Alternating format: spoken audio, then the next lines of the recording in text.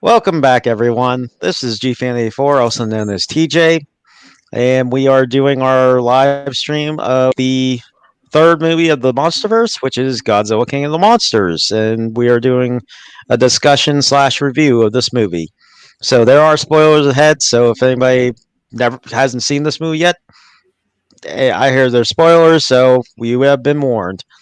And joining me today is Big Mongo's Big Thanks. Hey there, guys. You might hear some saws in the background. We're doing a little work, but I'm glad to be here, and I will mute as often as I can. Okay. Next is Orange Hat Reviews. How we all doing? I'm glad to be here tonight. Definitely going to be very detailed with this one. Oh yeah, very much so. This one's a good one. And last but not least, we have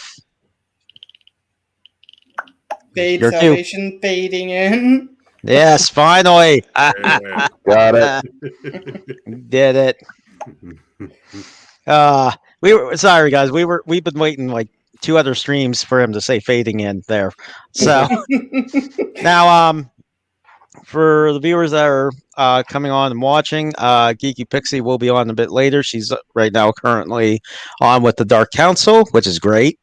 Props to her and props to the members of the Dark Council. I hope they have a great stream over there.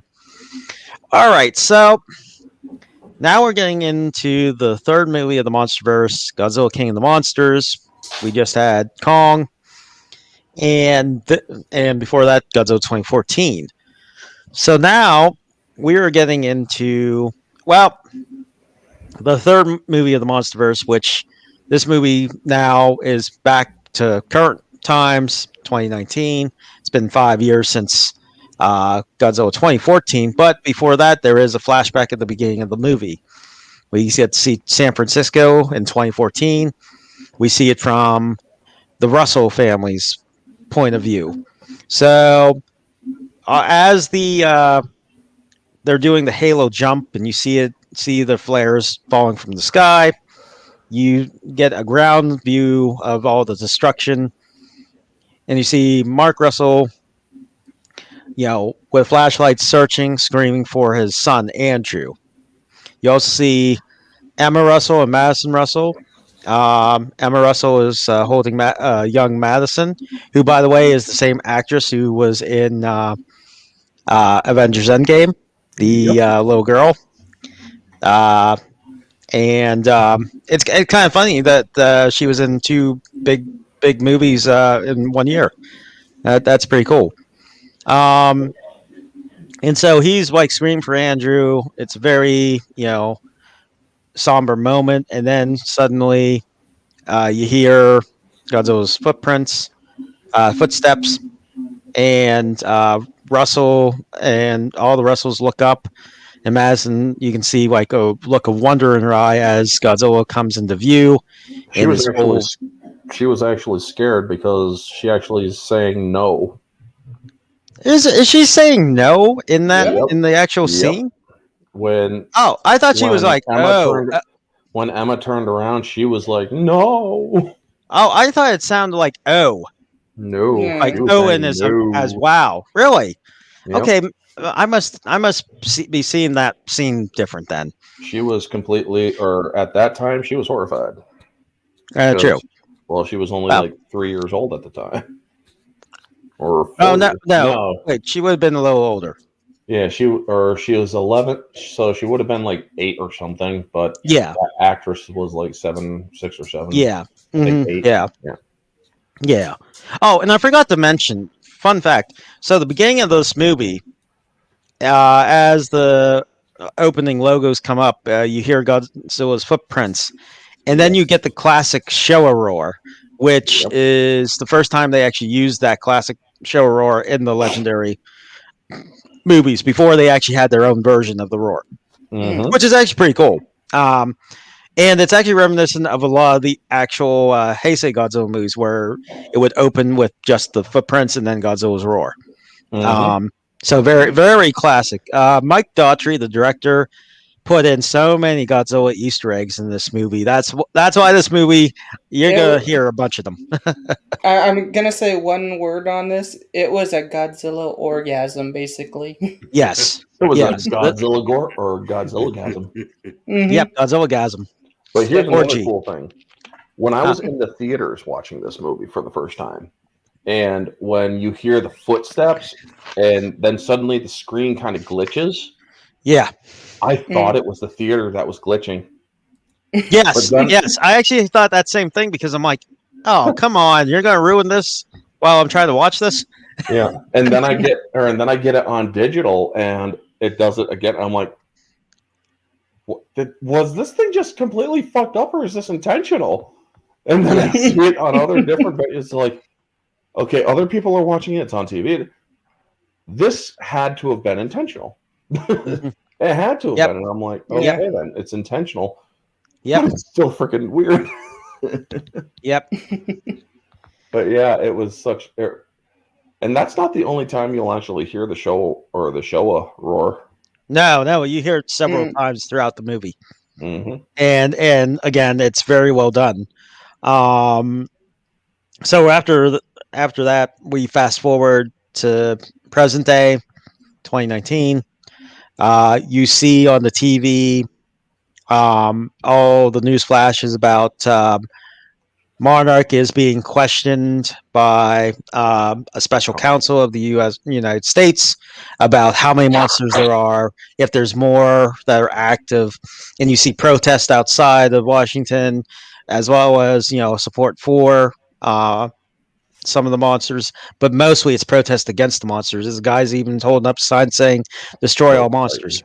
Yep, destroy all monsters, kill the Titans. Which is and so they say Godzilla has not been seen in the last 5 years, and they wonder where he is.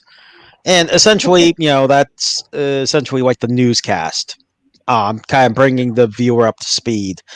Like I said, with this MonsterVerse, you could actually watch these movies in any order, and you won't be completely lost because each one has its own era. Like each one has its own purpose. So you don't necessarily have to watch them all in order. So we get of course Emma Russell. She's looking almost sad at the screen, and then we cut to Madison Russell, played by Millie Bobby Brown, and she is getting email from her dad. He's out photographing wolves about predatory behavior in social animals, and he shows her the picture of the wolves, and sudden she's listening to music as well. By the way, what music is she listening to anyway? Anybody know? It's supposed to be I can't remember what it was, but anyway. Oh, hail Jeremy. Hey, How's it going? Yep. But so anyway, yeah, she's listening to music, then obviously she's burning the breakfast there, and the alarm goes off. She's like, shit. And then she's like trying to hurry up and salvage what's left of breakfast there. Emma Russell comes in. She, hurries up, hits the alarm, and we get a little, Cute fun, family moment. Cute family moment. But now this is a probably by Kodak. But now this is a very interesting conversation. Now Emma sees that she is talking to her dad, and both they are estranged essentially. And they have a very interesting conversation that you don't really get until later on in the movie, where she's like, I don't want to see, she's like, Emma says to Madison, I don't want to see you get hurt, especially with all that's going on. And Madison's like, yeah, I know. And, again, that just seems like just, common, family matters, stuff. but then later on you realize what she's actually talking about. And then Madison asks, is he going to be okay? And Emma's like, he's in the safest place he can be right now. So then suddenly you feel a tremor, and all of a sudden, stuff starts to shaking, and you hear the high pitched screech of Mothra, and over the radio, you Which find was- you. Huh? If I may just interject. Yeah, go which ahead. was kind of odd because she hadn't even hatched yet. Yeah, Mm. but I mean, for intensive purposes, I guess there had to be a roar thrown in There there. had to be something to get their attention. Yeah, Yeah, exactly. Yeah. Not just the tremor. Yeah. So So it's like, let me out of this goddamn egg. yeah, Because Yep. a lot of people mistake that thing for a cocoon. It's not a cocoon. That was No. an egg yeah, Yep. that she Yep. breaks, or that she it's kind of like a leathery egg, like a snake's Yeah. egg. yeah. It's more like a snake's egg. Yeah. Then you hear a voice over the radio that Emma has, and it's like, Doctor, we need you in containment. And she goes, I'll be right there. And then you get this transitional shot from their home, and you find out their home is actually part of the research base. And then it pans to what looks like it's supposed to be in China, but it looks like a Mayan temple. Everybody notice that? Yeah, Yeah. a little bit. Yeah. It's, believe it or not, I do believe that the Chinese did have pyramids. Yeah. I Really? think. I just can't remember for certain. I'm pretty sure somebody could give that a quick search. Yeah, I'll do that. Um, Give me just a sec. Well, that if so, that reminds me of like Alien versus Predator, where it has like all the different pyramids. Yeah, all three of them in one. And Yeah. Predators even have pyramids on their world. Yeah. Mhm. Yep. Well, a pyramid is like one of the most stable structures. So, then we cut to them walking through the corridor. You see another member of Monarch. Which doctor is that? Oh crap! He's also from Stranger Things, which also stars Millie Bobby Brown. Yeah, he was a fucking Tim, I think his name was. Yeah, Tim. Yeah, Tim. And what's kind of funny is she says to him, "Hey, you've been up all night. Why don't you go get some sleep and head back?" Yeah, and he's like, life. "Yeah." Well, okay. Let's just. This is a spoiler thing. So yeah, she's in on this whole plot to essentially release the monsters. So she literally is hinting to him, "Oh, go home and get some sleep. I don't want to see you die." He's like, "No," and then she's like, "Oh, okay. Oh well, you're gonna die." No But sleep. I'm not missing this. yeah, it's like you can see her face, like, okay, Like, Your I don't funeral. think- I don't think How about anyone would eternal want to sleep? miss that, especially a Yeah. monarch doctor, or Yeah. professional, a monarch professional, By Yeah, the I way, guess- Yeah. there were pyramids in China. They used them to bury the Imperials in them. Oh. Right. Oh. I forgot about that. Oh, okay, cool. So, all right. So we found out there are pyramids in China. So that's great, actually. That's cool. And you see Madison looking at one of the wall carvings, and it's of course a moth.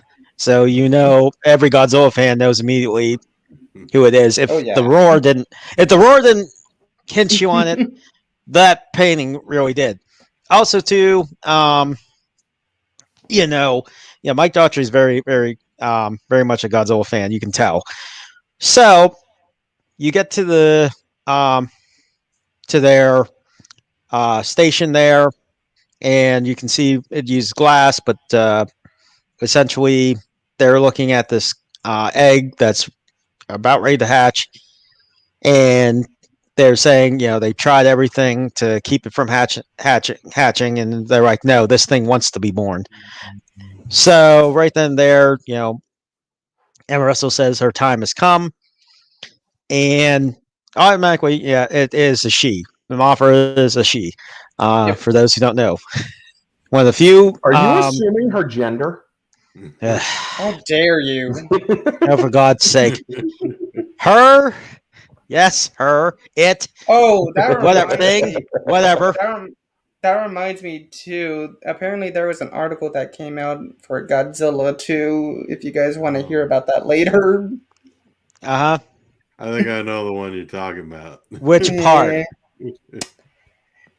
He or non-binary, I think it was for Godzilla, if I remember right. It was either non-binary. Well, if they or want a something. non-binary Godzilla, go watch Godzilla '98. Yeah, exactly. Seriously, Yeah, and if they want that, go watch Godzilla '98. That is exactly what he is.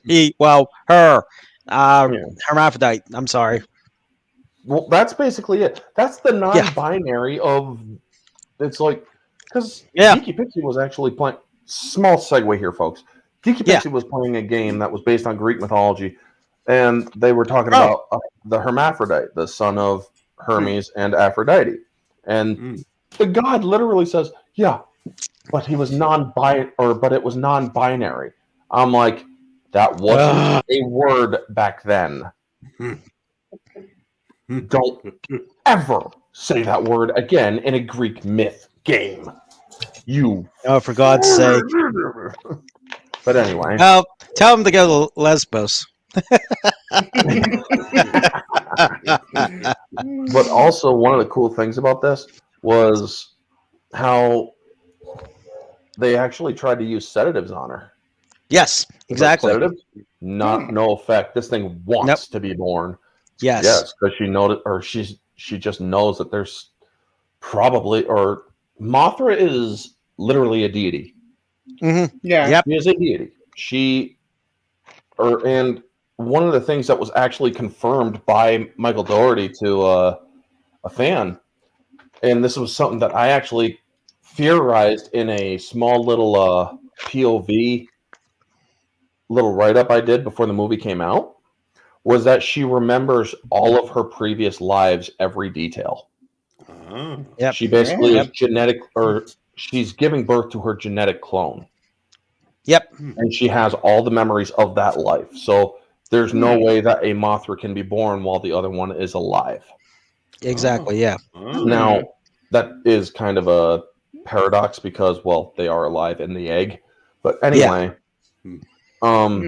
so her previous lives, she remembers all of them. Yep. So when she woke up here, she's like, what the fuck is this shit? Yeah. Where are the people that kneel? Where are the people that are kind? Why?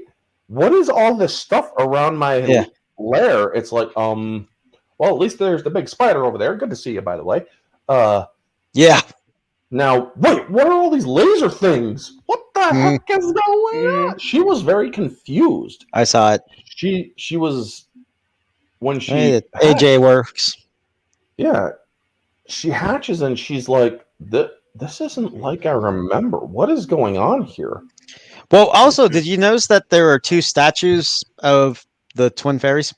Yes. And believe it or not, the twin fairies are actually in this movie. They're in this movie, just in We'll get to that later.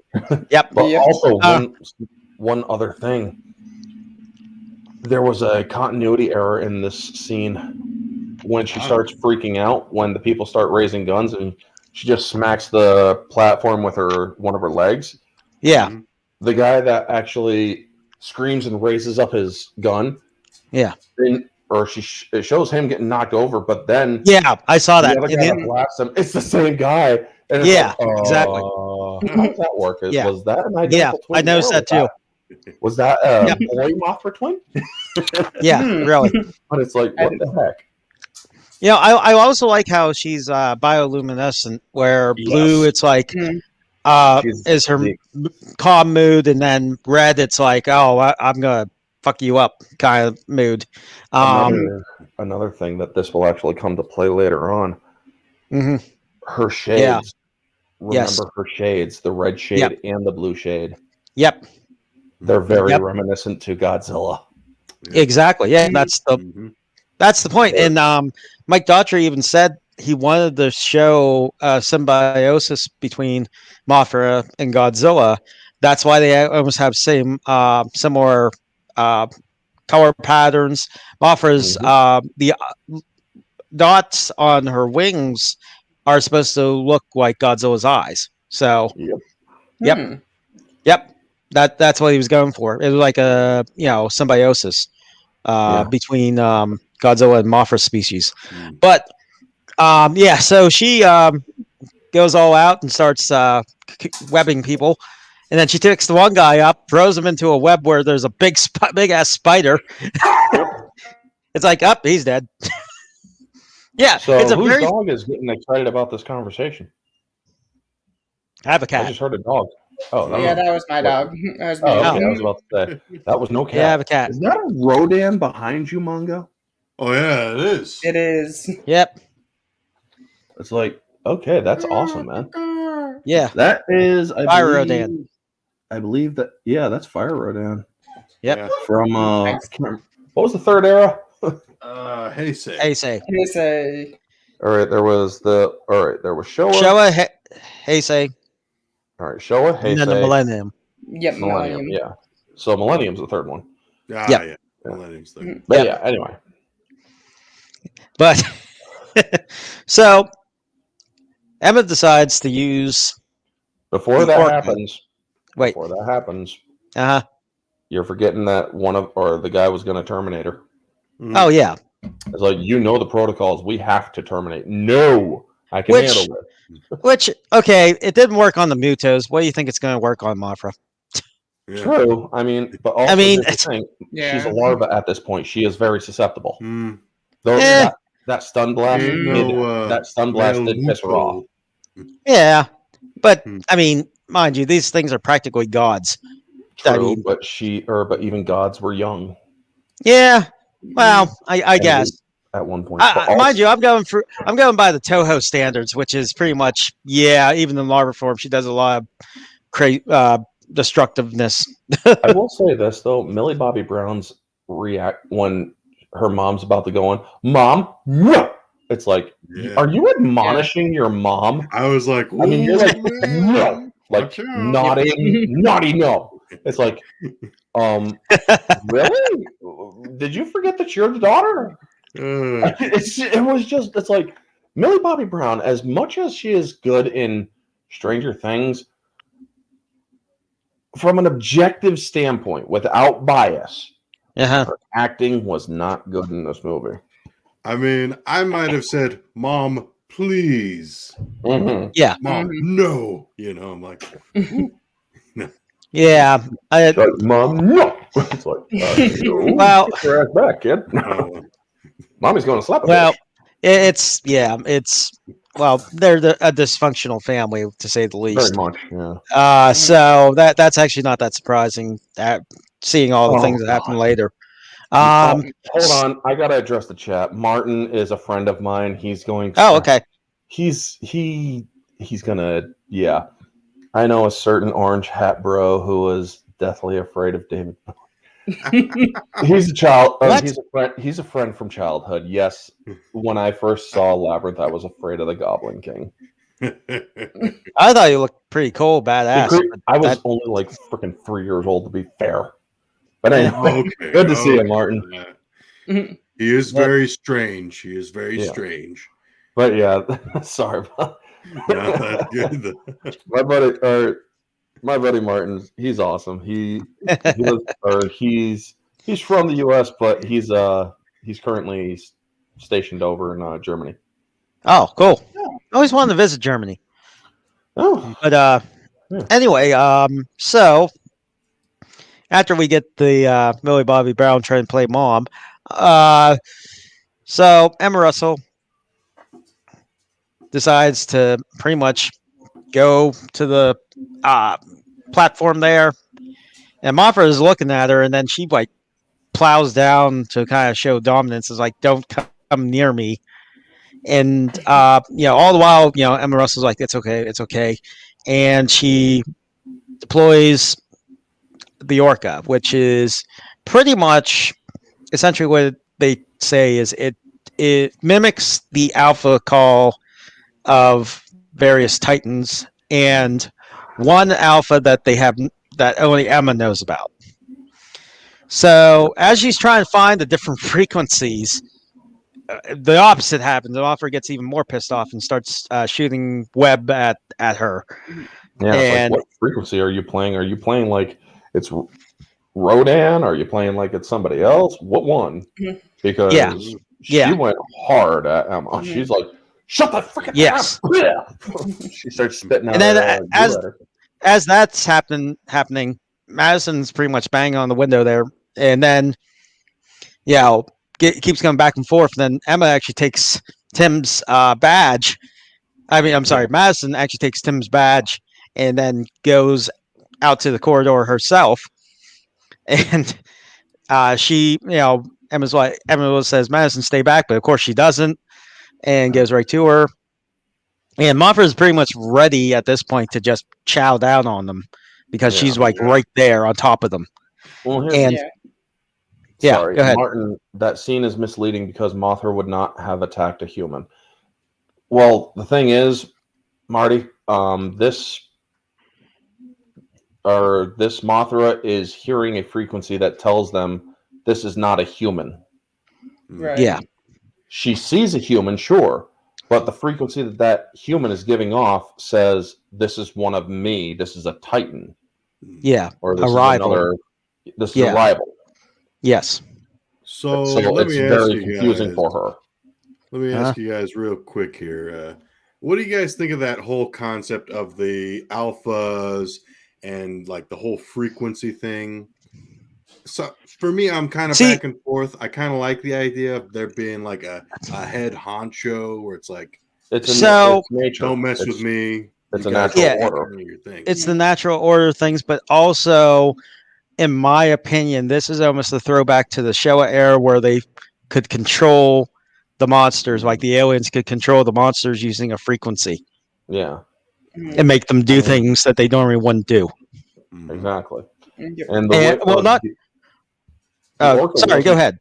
The Orca wasn't originally designed to talk to Titans or to be used on Titans. It's explained later. It was to keep whales from beaching themselves. Yep. Well, not just that, but also for those of you who have you guys read the Kong Skull Island comic book, the in between comic book that they had? No, I didn't. Yes. Okay, so what it explains too is at one point, and this happens to one of the characters in the book, at one point, humans could actually almost psychically link to the Titans and be able to understand them. Yeah. But it's so taxing on the human body and mind that they almost go insane. There's only one. There's only one strain of or bloodline of humans that can do it now. Yeah. Yep. And that's essentially humans are in this movie. They're trying to figure out the actual, alpha the signals that actually are able to communicate in their own way to the other Titans. So essentially, as she's fiddling with the Orca, Mothra's pretty much pissed off, and then she finally finds it and says, "Alpha signal found," and she hits the button, and all of a sudden it gives out these pulses. As Mothra's coming down, she stops, and then her whole tone changes and her color changes back to blue, almost like in a calming state. So essentially, what she found was a way to essentially calm her down. And, as Mothra's just looking at them, Tim says, "I bet it worked," Yep. And he's like, and then you get this great music piece by Bear McCreary where it has the original Mothra theme, and it's just beautiful. That right there, I think, just for me, it's like, wow, this is back to so much childhood is rushing toward me hearing that theme. Marty actually brings up a thing that's going to come, or it doesn't work like TV. That's going to come to play in the new one. Hence, the girl who can talk to Kong. That's actually she can talk to him, but she signs to communicate. Yeah. She cannot psychically Seeing link that. with Kong. Yeah. Yeah. But yes, it's similar, but it's different. You know. I mean, yeah. What's with the whole thing? Okay, I'm going to go on a little bit of a rant here. What's with the whole thing about Gorilla's sign language? Like, I remember Congo. They had that. Congo. That's Took because Yeah, and then- in real life, gorilla or apes can actually learn sign. I understand, but it seems like it's becoming a cliche here. Well, At the same yes, time. in movies, it is kind of cliche, Yeah. but it is also Real life, yeah. it is realistic because primates, Yes. including Titan primates, Yeah. they have a level of intelligence that actually can surpass our own. When it comes to mnemonic, Congo, Bruce Campbell. When it comes to mnemonic response or memory response and reaction, Right. the fastest reaction is less than half a second, and that came from an orangutan. Right. Where they only put up the images for like literally a quarter of a second, and the orangutan was pushing the entire pattern that it saw. Huh. And I'm like, whoa. So yes, there is a well, lot of intelligence, and mhm. they can learn to a degree how to sign. Right. Right. Like that's even with the Planet of the Apes series too. Also, So monkey see, monkey do. So yeah, there's that too. Yeah, I understand, but still, okay. Well, that was my small little rant. Okay, so now getting back to it, you get that moment of the music, and Emma Russell looks back, and you see Tim, and then all of a sudden behind him, a big explosion. Yeah. And now you see soldiers of this terrorist organization come in, start shooting everyone. You get to see Jonah, who's the main villain of this movie. Well, it depends on your perspective here, but Human villain. And played by Tywin Lannister. Sir Charles Dance. Yep. Sir Charles Dance and Tywin Lannister. Which is, well, I'll get into that later. But, he comes in through the smoke like a bad guy would. And he sees Tim. He gets up, and Tim holds his hands up.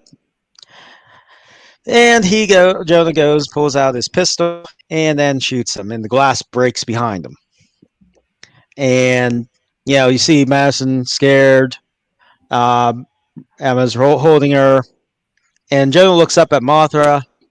And then the camera then looks back at him, and then it goes right to the orca. And that's what he wants. Yep. Now, you get pretty much you go back to Washington D.C. here, and now you see the image of Godzilla 2014 and his fight with the Mutos, and their Congress has a special session talking to the monarch, and then also the military is present. Admiral Stance is also there from the previous Godzilla 2014. So is Sally Hawkins' character, Vivian Graham, and Dr. Serizawa. And then we get essentially you get the montage of all the different titans that they know of, that we've seen so far, which is the Mutos, Godzilla, and Kong. And they even show Kong. With the footage kind of like how Randall shot it, which is I thought was pretty good how they did that. It showed that Rando's footage actually survived. Yes, that his footage actually did survive. Actually, now that I think about it, what did happen to his camera? Not the picture camera, but the actual rolling camera, because you never see him use it. It survived. Again. We know that. Yeah. But so we don't know. Brooks must have taken it. Yeah. That's my guess. Brooks must have taken it. Well, anyway, so he's talking about the ancient species of Titans and how Monarch is specifically geared to try to figure out which ones are here to help us and which ones are here to threaten us. And then we get C.H. Pounder, character who plays the senator, and she's like, and she and they actually even make reference to the Lion and the Mouse in this again, just like they did in Skull Island. They actually make reference to that again, and it's like, I think they're trying to say something with that Lion and the Mouse, the back and forth. It's like, wait, did the mouse befriend the lion, or did the mouse kill the lion?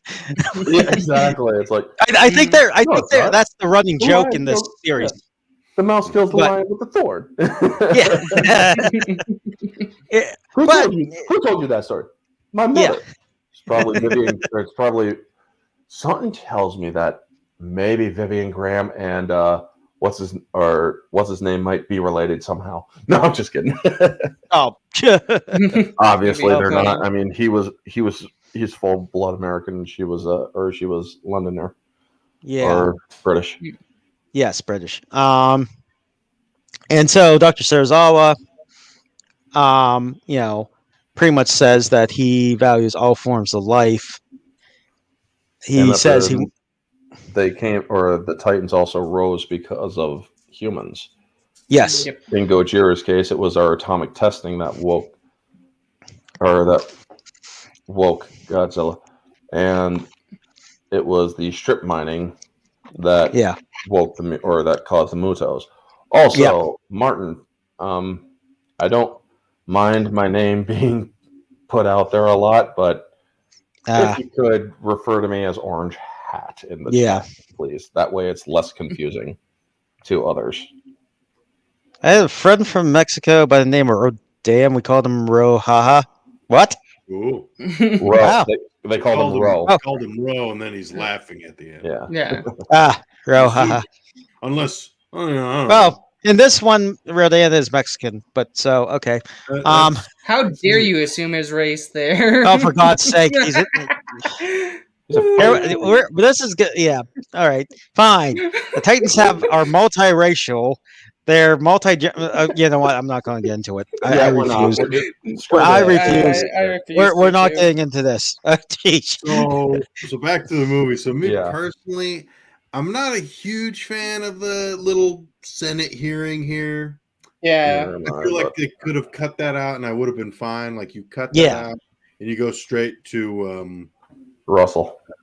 The guy. Although at least there was some, hot steamy scenes over in the Senate. It was getting hot in there. Yeah. We're gonna set you up with a educational, pretty fun video on Titan reproduction. I believe this is the one blur it out. Genitals all blurred out. If it's not, send a note to my assistant. Bye. And actually, they actually put the faces. That was like the only funny scene on that Senate too.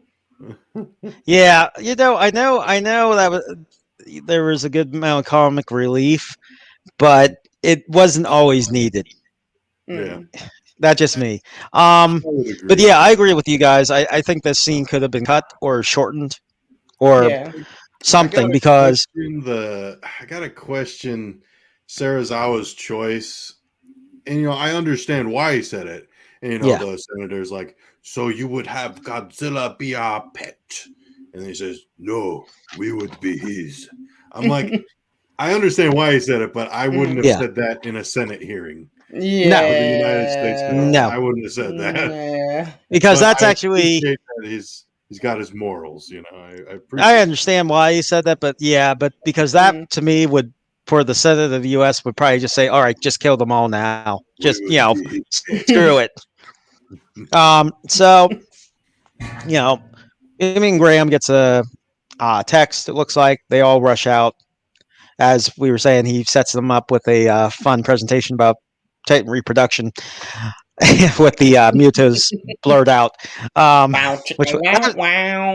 was actually a good touch, though. Yeah. And then, but pun intended. Anyway, so The Senate turns So now- on. I am the Senate. Oh my gosh. The chat's going wild.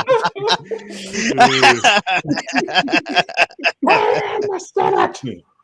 Oh, jeez. Oh, Guys. Oh, great. He's going through Oh, all boy. the things. All of Yeah. But yes, they Yeah, get we're- to Yeah. or Mark Russell, Mm. Yep. and he's doing the wolves, or he's doing the wolves. That's so bad. Yeah, He's jeez, man. photographing the Oh, wolves. Get He's oh, photographing man. the wolves while they're feeding on a fresh kill, Yeah. and he's listening to their acoustics, so to speak. Yeah. He's listening to how the different yowls, growls, and snarls, basically. And that's when. And as he's doing that, Yeah. all of a sudden you hear the blades of a chopper come through, and of course, scares off the wolves, and there goes his research.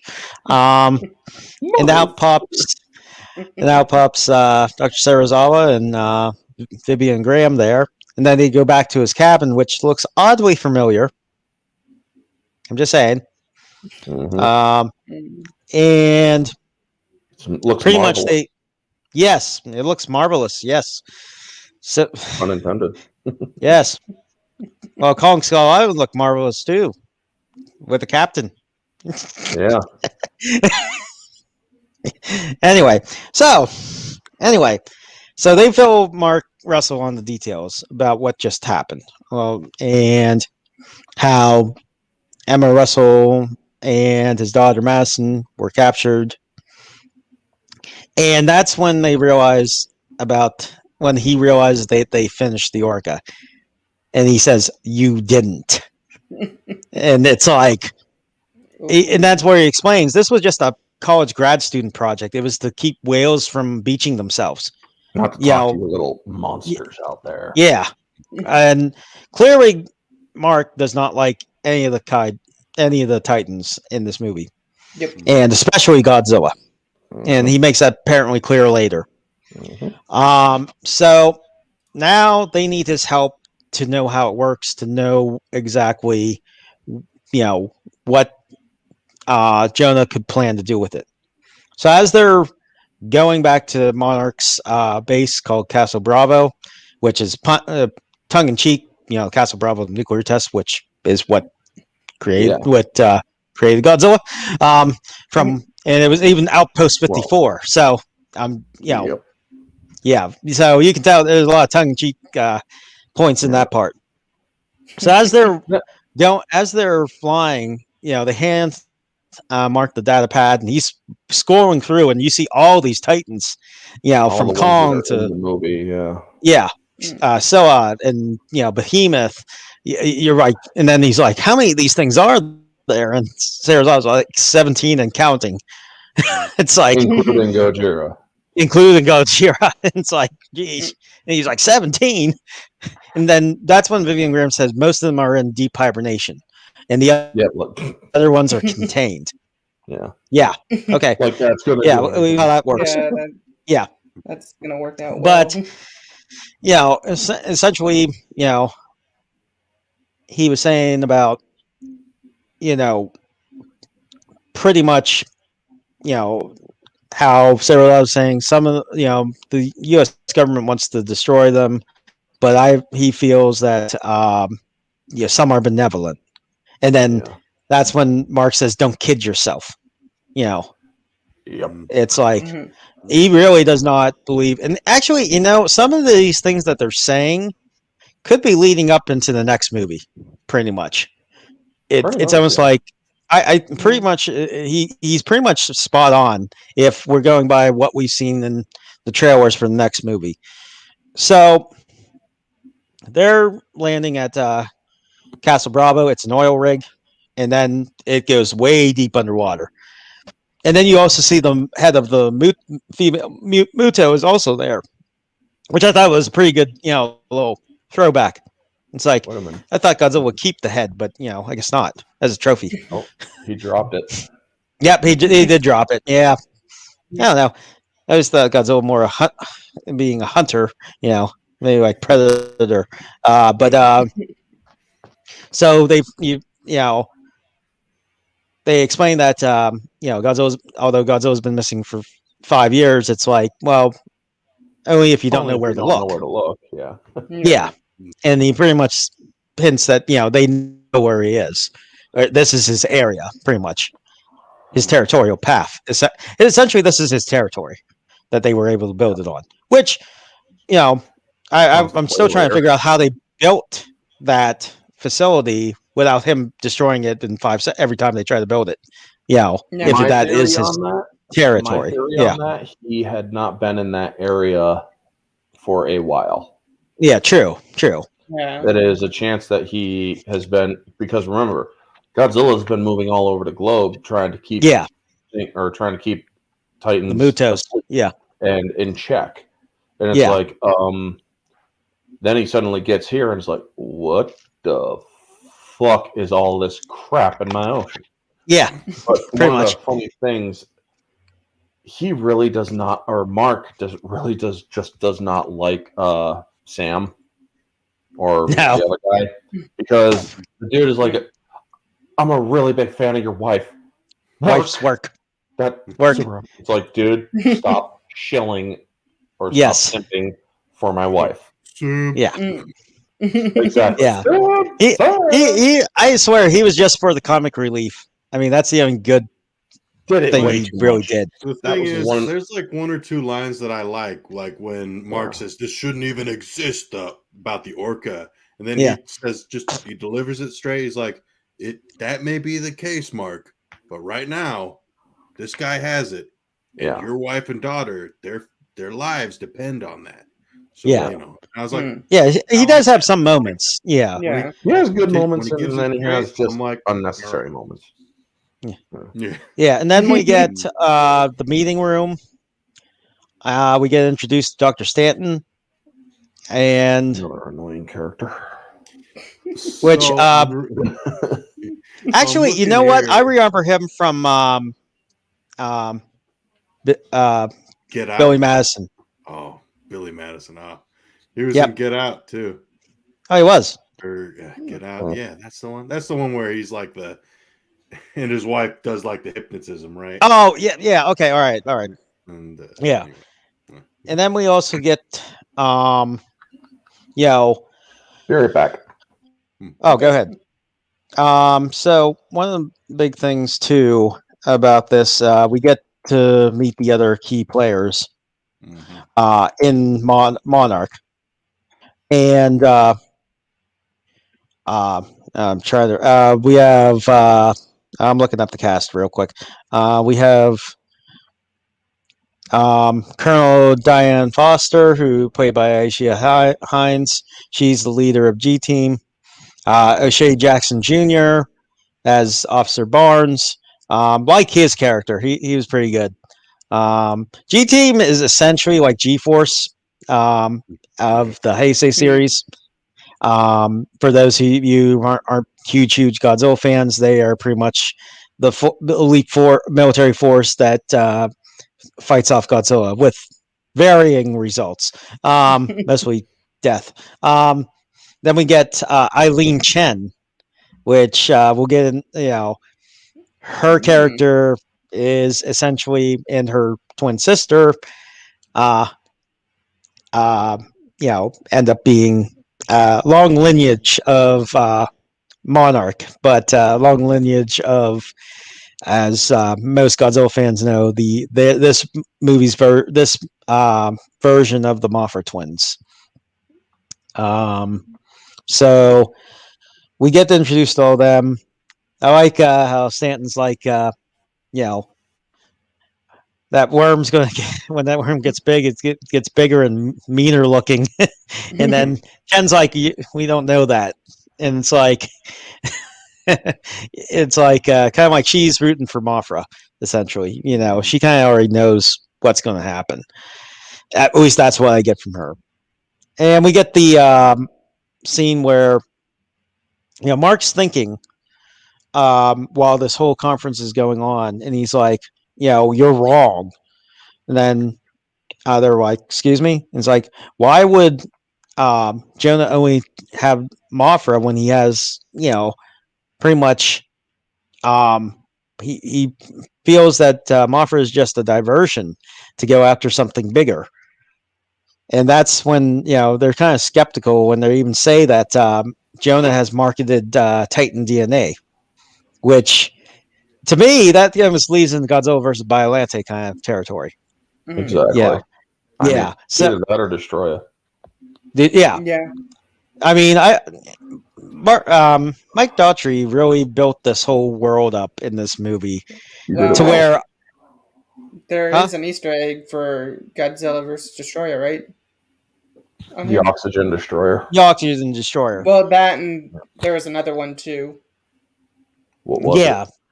When Godzilla was reaching radioactive. Oh, Yeah. But, well, Yeah. actually, they Yeah. also had an Easter egg for Biollante because at the end credits it said that the Sahara Desert became alive with plants. So, Right. it's like that was the whole plot in Godzilla vs. Biollante. So it's like, maybe, there were a lot of Easter eggs in this movie, but we'll get to that Yeah. in a minute. That is one of the hardest movies to find on digital, by the way. Oh yeah, Really? Godzilla versus Versus Biollante. Biollante. Yeah, I've been Yeah. looking Well, for not- it on Vudu, Amazon Prime. I've been looking for it everywhere. What was it? It was exclusive to HBO Max. I mean, sorry, Cinemax. So, Mm. yeah, it was exclusive. That's the one movie that still has its rights tied up with Cinemax. Is Cinemax So- dead yet? I mean, I could have sworn they were like completely just obsolete now. I mean, do they even still do all the naughty shit at night or what? I don't know. I haven't had Hit and miss. pay per view for like ever. So Anyway, but too expensive. Anyway, look. back So to the stream. so that's like we were saying. Geez, this is going to be a long stream. It is. It Uh, really is. so now, We don't have pretty to go much- through every single. I mean, just to be fair, we don't really need to go through every single little detail of this movie. there's a lot to go through. Yeah, because we yeah. would be here for like 3 hours. Yeah. Oh yeah. Okay, well, so let's fast track a bit. So now we get to the point where you see Jonah and his team with Emma and Madison. They're heading toward Antarctica. Yep. And they're transmitting a false, pretty much a false monarch code to get them to land. Mhm. They kill everyone there while Emma and Madison are still on. Cover your ears, The- honey. Yep, pretty much. Look away. And then they come get them. They go down the elevator, and the guy goes, "Mother of God," and he's like, "Well, she had nothing to do with this." Yeah. And then you see in the ice is Ghidorah, who is designated as Monster Zero. And for those who don't know, Monster Zero was the designation for the Zillions back in Godzilla vs. Monster Zero, aka Invasion of the Astro Monster. So I Funny love the thing. reference. Yeah. If you look at how Monster Zero is frozen in that ice, it Mhm. makes no sense. Yeah. His neck or his three necks are just at very odd angles. His Yeah. foot is freaking like up by his wing. It's like, what? It's almost like he was trying to climb out and then, yeah. Mm. It's like, I'm like, what is going on here? This Yeah. just looks weird. well, it could be frozen. Also, this is a reference to GMK, Godzilla, Mothra, King Ghidorah, Giant Monster Attack, because King Ghidorah was frozen when they first found him. So, Right. Wow, cool. yep. So it's a reference to that. So that's when they decide they're going to wake him up, set the charges. They start setting the drills to drill into the ice, and while that's happening, Emma's copying the alpha signal for Ghidorah. And then we get back to Mark. He's looking at videos of his family in the past, and reminiscing about his family and Andrew that he lost. And then all of a sudden you hear a bunch of commotion, and the lights are flickering on and off, and everyone's like moving to their stations, and Mark's like, "What's going on?" And they're like, He's never done this before. Hey, who do you think? Yeah, I love Chan's like, who do you think? And then it shows he's taking out pretty much their observation drones, exactly. And he's swimming almost in a circular pattern to get closer and closer.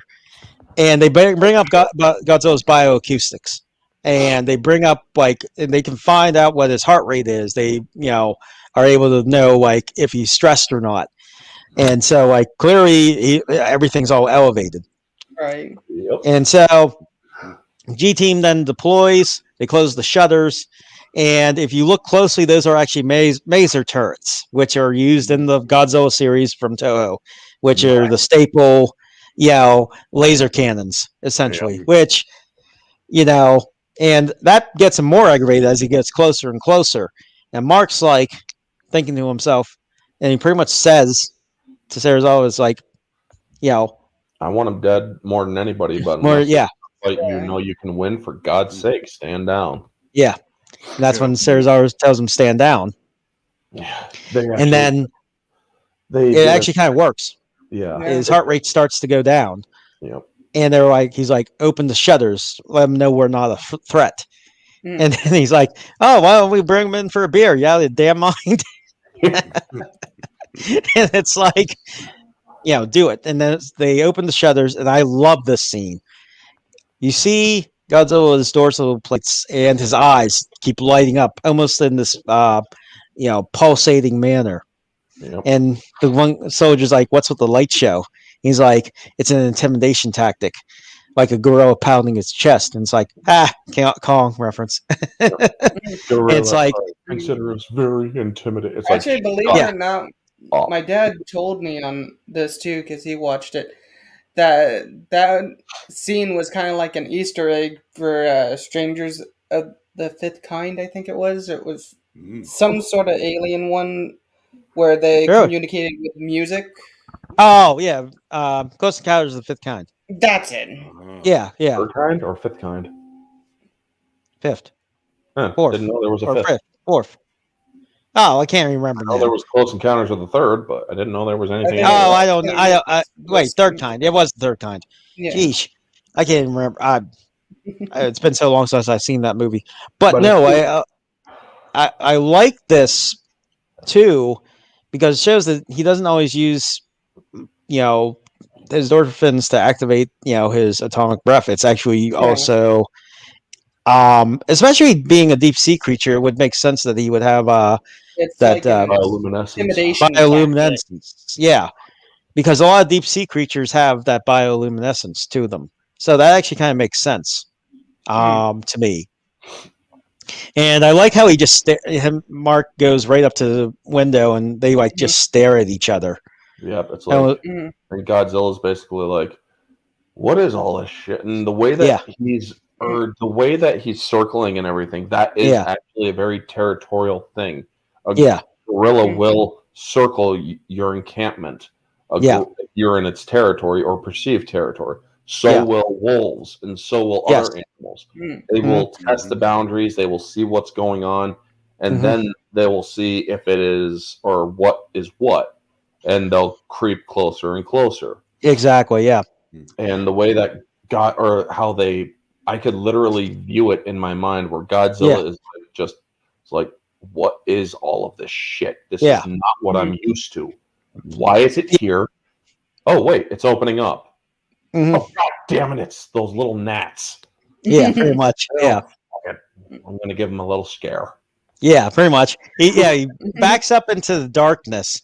Yeah. And they're all breathing inside the roof, and then boom, he just rushes right past them. That was great. That made my wife jump in the theaters. Close the shields now. It's like, can we all do a fresh pair of shorts?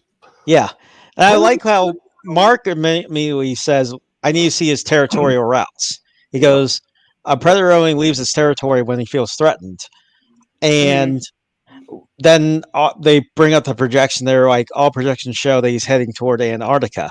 And he goes, "Great, let's go." And they're all looking like, "Oh God!" Like, oh no, this is not a good thing. Yeah, and then he's like, "Wait, what's in Antarctica?" And then it's like, "Yeah, This is one of the strictly worst off things." This is strictly an off book. I mean, not everybody in Monarch knows about this. Yeah, This is an ancient super alpha predator and whatnot. They were an ancient rival to Godzilla. Yeah, they were afraid to write about it in history. Yeah, they just at this point they didn't even name Ghidorah yet. He's pretty much Monster Zero. They don't. Chen later on researches it. Yeah, but essentially, yeah, this may have been a rival alpha to Godzilla. This thing's a super predator, and they're pretty much going through the whole spiel. So, G Team is then going to, pretty much. Well, first they actually board the Argo. The Argo is pretty cool because the Argo is essentially like a super stealth ship. Yeah, like Super X and like throwback to like the Heisei era of like super mechs. I thought that was cool. And the fact that it's what? The Argo is actually a prototype of or is in development phase currently. Something similar to it is currently in development, I believe. Yeah, I wouldn't be surprised. Wow. Yeah, it's pretty much an aerial command ship. Kind of like how Marvel has their flying, or it's a fleet leader. Yeah, exactly. And also, it's called the Argo, which coincides with the fact that these things are called Titans, Greek myths. Yeah, it's very much. Yep, exactly. And the ship. Yep. So a lot of Greek mythology in this movie too, and references to the Bible. It's you got all kinds of stuff in this movie. So G Team gets prepared. They go and land. Flashback to Jonah. He knows that they're pretty much coming on their way, and they're setting the charges into the ice that they drilled out. And G Team goes in, and they get ambushed, and a lot of them get killed like right away. And then there's a firefight. Mark notices on the cameras that he sees Emma and Madison, so he goes and rushes out there to go get them. Mark picks up a pistol and goes down in the elevator. Then we get a back shot to where Jonah is escorting Madison and Emma, and Mark cuts them off with a pistol. And also then we get what's her name? Oh yeah, Colonel Foster. She snipes one of the men who was carrying the detonator. Yep, that was. But she can't. Yeah, but she wasn't able to get a clear shot on Jonah. Yeah. So Mark's trying to get Emma and Madison to come to him. Madison starts to go, and then you get this very interesting scene where Emma's like Madison, and she looks very stern. And all of a sudden, Madison backs up. She's shaking her head no. And then Emma grabs the detonator, and this is where you kind of realize, oh wait, she's not like this helpless victim here. She's wants this to happen, and you hear this pulsating, almost like a heartbeat in this moment, like she looking at Ghidorah. Yeah, they actually. Yeah, they look at her. Yeah, and I love it, and so it's like real. It was actually real. The thing was waking up. Yeah, and because even Chen was saying, "Look, I'm getting an EKG reading. He's waking up." And it's almost like he's like, wake me up, wake me up, wake me up. And then, or like, free me from this. And then she turns to Mark and says, "Run!" Yeah. And they pushes the detonator, and the ice starts to like crack, and it's just exploding, and it's falling down. Here's the thing: mhm, in any realistic situation like that, yeah, Foster would have shot Emma. yeah, Mm. yeah, right then, hesitation. yeah, It's right like, then, all right, yeah, nope, you're or you Yeah. just proved yourself an enemy combatant yeah, exactly. by picking up And that detonator. yep, exactly. And now, Foster almost falls down. Luckily, the other members of the G team help save her. Mark tries to go up after them in the elevator, but then he realizes the soldiers are still down there, so he goes back down to rescue them. Jonah and his cohorts take off, and they're running for their lives as this G team and Mark and all the rest of them are running for their lives at this point. As down around them. Yeah, come down, and a lot of the soldiers die too, getting under the collapsing ice, and you get this big hole in the middle of the Arctic, and you see cut back to Jonah, and he's like, "What are you waiting for? Wake it up!" And then she uses the orca to create the alpha signal, and I love the shot. Like you see the extra snow, like almost gravitate toward the center there, and and all you hear is the orca. And I love it. All you hear is the orca. There's no music or anything. All you hear is the orca, and you know something's coming out. Then you see Ghidorah's tail, with the spikes at the end of it. The rattle. One head comes up, second head comes up, and the middle head, the leader, comes up. And this is like, and then I love Shea Jackson's reaction. You gotta be fucking kidding me! It's like he's got 3 heads. Yep, that's the one fuck moment. Yep. But it's well used in that moment. It's like, very much well. Yeah, very much wise when you encounter something like that. And you see the mill head, it snarls and then it roars, in its crackling roar, and you see lightning start to happening. I love how it pulls its wings out of the ground. It looks at its arm, it's like, get out. And then as it's pulling its arm out, as its wing out, these soldiers go flying that were around that area. And they're the ice. And then the ice is crushing the rest of them. They're all running for their lives. Then a couple of the soldiers turn around, start firing their rifles, which oh boy. Wonderful thing. That tickles. It's like freaking Kevin is the head or left side head. He's like, are they all they're screaming at him, and Kevin comes down, he's like, what are you guys? Hey, that kind of hurts a little. Stop it. Well, you guys are cute.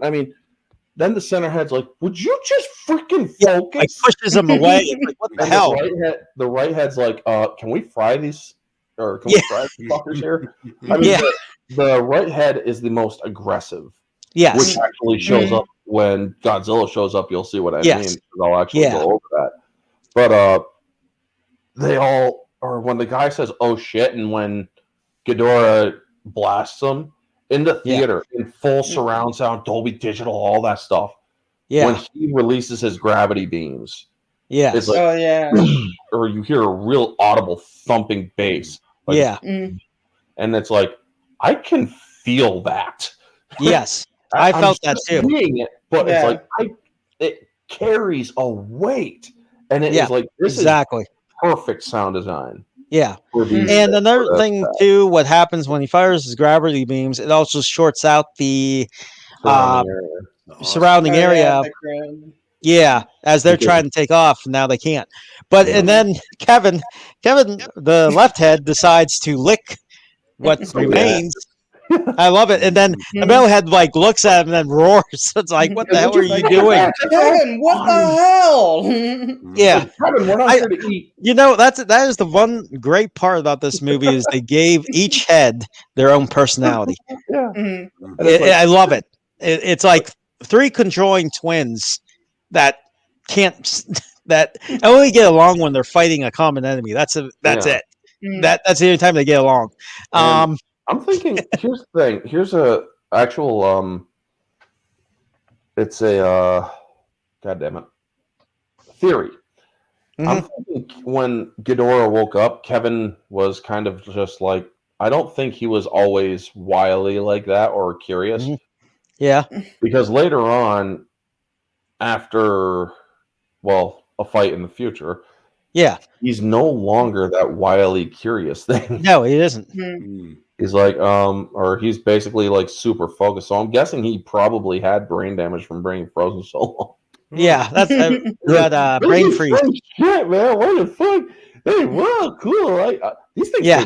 Taste Dorky. Yeah. I mean, seriously, it's like, oh my gosh, man. Someone did a little meme about that once, and it was center head was Palpatine, right head was Vader, and then the left head was Snoke. I would have put Jar Jar Binks more. Yeah. Yeah, I would have too. Jar Jar. Yeah. Yeah, but anyway, so they're in trouble. Ghidorah's about ready to blast them, and then Madison hurries up and grabs the orca, starts fiddling with the buttons, and Ghidorah's like, "What the hell?" It's like it almost hurts his ears, kind of thing. Like, yeah, and so as he's charging up and ready to blast them out of the sky, Emma hurry up, grabs the orca and turns it off, and he's like, "What the?" I don't hear it. And then he talks to the right head. It's like, do you hear that? No. And then sees Kevin and pulls him up by his horn. And he's like, hey, pay attention. Kevin's like, yeah. He's just begging out, and he's like, what? Are you still alive? Yeah, fine. Okay, then let's get back to checking out the fucking thing in front of us. Yeah, so they get back to, pretty much nudging the helicopter. Well, it's not a helicopter, it's a VTOL. Osprey.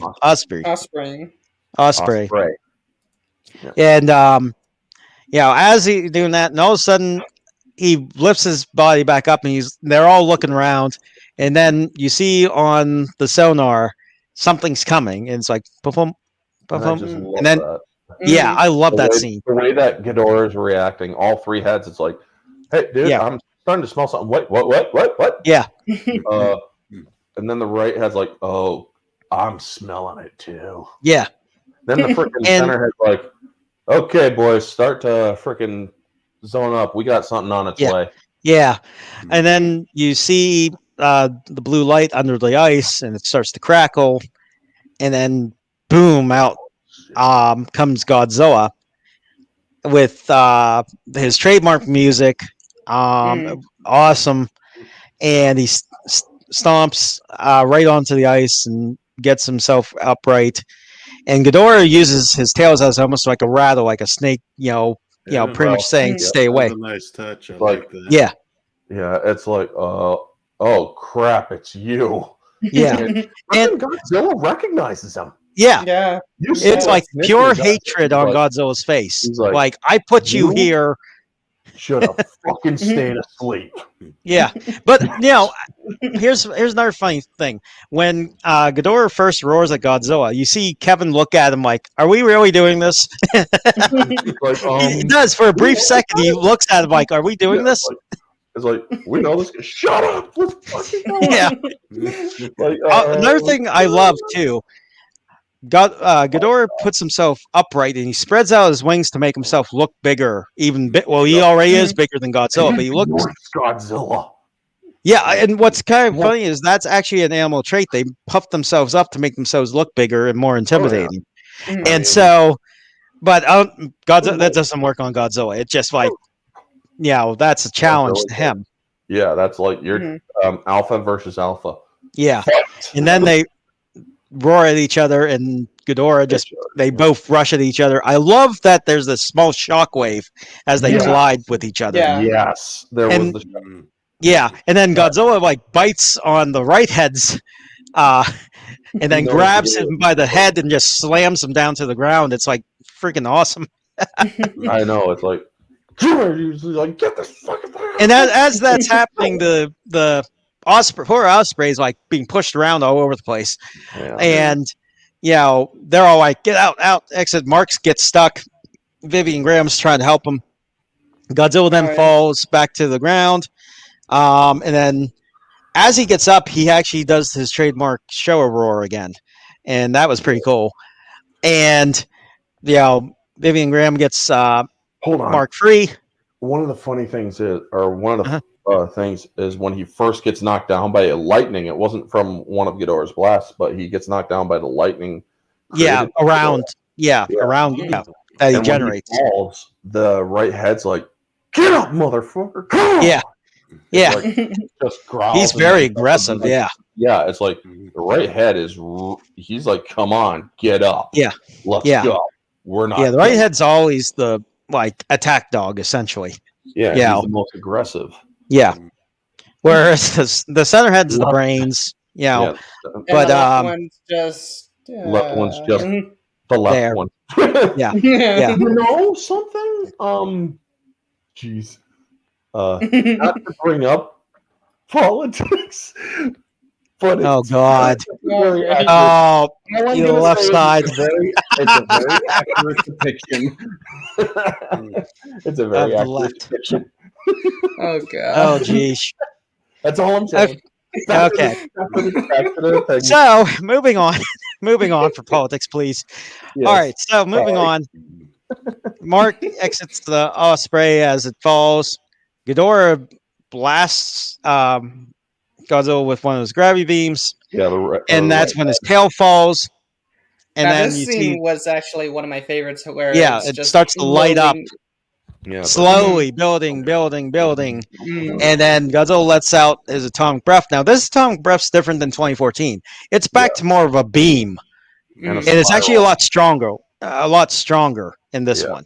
the spiral is But- also added in. Yeah, the spiral's us, and unfortunately, though, Ghidorah's head's part, Yeah. and he misses. Or it's just like, or all three of them are like, "Well, get the heck out of this way, man." Okay, Yeah. we're gonna hit you back. We got it. Yeah, and they hit him back with all three, And, And that's they where actually- you hear the second one, the second show, Yeah. or the second show. Yeah. and he falls back right into the crater that Ghidorah was just in, Yeah. essentially. They just blasted And- him right into Yeah. that thing. Yeah. And well, as he's falling, he's actually still breathing his fire, which is a Yeah. very Showa and Heisei era thing that he does. As he falls, he has his atomic breath still firing. Yeah. It's almost like once he fires it, it stays firing until he can let it go. Really got a juice, Right. Yeah. Or out of But that one shot. Now, as they're running, Vivian Graham gets eaten. Yeah. By the middle Poor head, girl. or was it the left head? middle, Oh, it Middle. was the middle. Okay. the right head wanted to, or when the middle head crushes the ice, the right Yeah, head he wants- tries eating more tries of it, to and the eat left the head's rest. like, Yeah, "Hey, is there any for me?" yeah, exactly.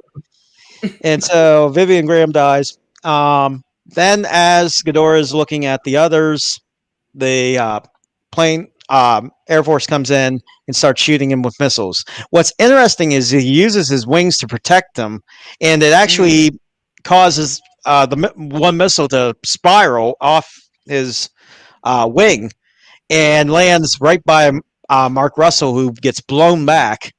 And we get this great scene where Godzilla's lifting himself out of the crater, and Ghidorah's like, "Uh-oh, you better fly." And so he, Yeah, it's like, better get out of we're getting here. attacked on all sides, and I love Yeah. how the two side heads confer Yeah. to them or defer to the middle. It's like, yeah, exactly. What do we we're getting do? outta here. Like, yeah, we're getting Mhm. out of here. Yeah, And it's like, And- flight time. and I love how you- Godzilla just roars up in the sky. He's like, "You son of a bitch!" And it's like, Fucking coward. yeah, you Oh, yellow yeah, coward, you- literally. Really. If you think about it, Ghidorah is just like this is Ghidorah when he's not fully woke up. There Yeah. was no huge Mhm. terror in the stratosphere yet. This is Ghidorah Yeah, when no. he's literally at his weakest. He's like, we are Mhm. outmatched right now. He's getting back up. We got these little Yeah. freaking gnats that are kind of hurt that hit us in Yeah. the face. That is like, oh shit, that hurts. So Ghidorah is very intelligent. Yes, exactly. And Mark, gets knocked out, and then he wakes up in the Argo, and that's when they debate about when they reveal that Emma, it was Emma, and yeah, so Well, she, Colonel, you were wrong. She would never do that. Yeah. I saw she pulled that. It was Emma. Yep. Everybody's like, Exactly. no, it was Emma. Nobody Yeah. forced her. She did it on her own. Yeah. And then they get the Monarch emergency frequency, and Emma's there. Yeah. Then we get this montage, essentially the villain montage. I always call it the cliche villain montage of why they're doing it with a Right. PowerPoint. Yeah, Yeah. it's with the PowerPoint. The world. Yeah, and essentially her plan is to release the Titans one by one, and they will return the Earth to a natural balance. But even Serizawa, who is all for working, the Titans, even he says you're gambling with the lives of billions. He goes, you don't know what. So this what exactly each kaiju will do exactly. Exactly. And again, they don't yet know about what Ghidorah's true purpose is, what he truly is, and you find out he's an alien, which is great because that's what this is actually a small plot hole. Remember how Graham said that Ghidorah was kept off book? Yeah, completely off book. Yeah, only the highest level of Monarch scientists knew of him. Yeah. How did Matt, or do we know if Emma actually was up to that level? Yeah, because remember he said, because remember he said she had recruited over half of the people in the room. Yeah. Okay. She was like the head recruiter for Monarch. So, yeah. Okay. Well, yeah. So she would have known. Yeah. It is. But also there was already a plot hole because they had shown pictures of Ghidorah in the cave back in Skull Island. Back in Kong Skull Island at the end. Well, they know that. Yeah, they know that there were other Titans. Back then. Like, are there more of these things? So there was one little bit of footage from 2014 with that male Muto coming out of his cocoon. Yeah. So I'm assuming like that might have been recovered before he did the whole EMP thing. Because remember, it was an EMP. Would that have affected any footage? That should have fried that footage. Right? That's what I'm thinking. I'm like, I know. Like I said, this movie has a lot of plot inconsistencies, but there are problems with it. But it's like I said, this movie for me, it has two completely different rating systems for me. So anyway, I love Eileen Chan's ending statement. You that bitch. That was great. I also like what she says to her. It's like you're murdering the world. Yeah. And I again, it's that classic cliche villain montage with a PowerPoint. And essentially she says also the radiation will also encourage plant life and all that to regrow and stuff like that. Interesting. I found that a little hard to believe. Yeah.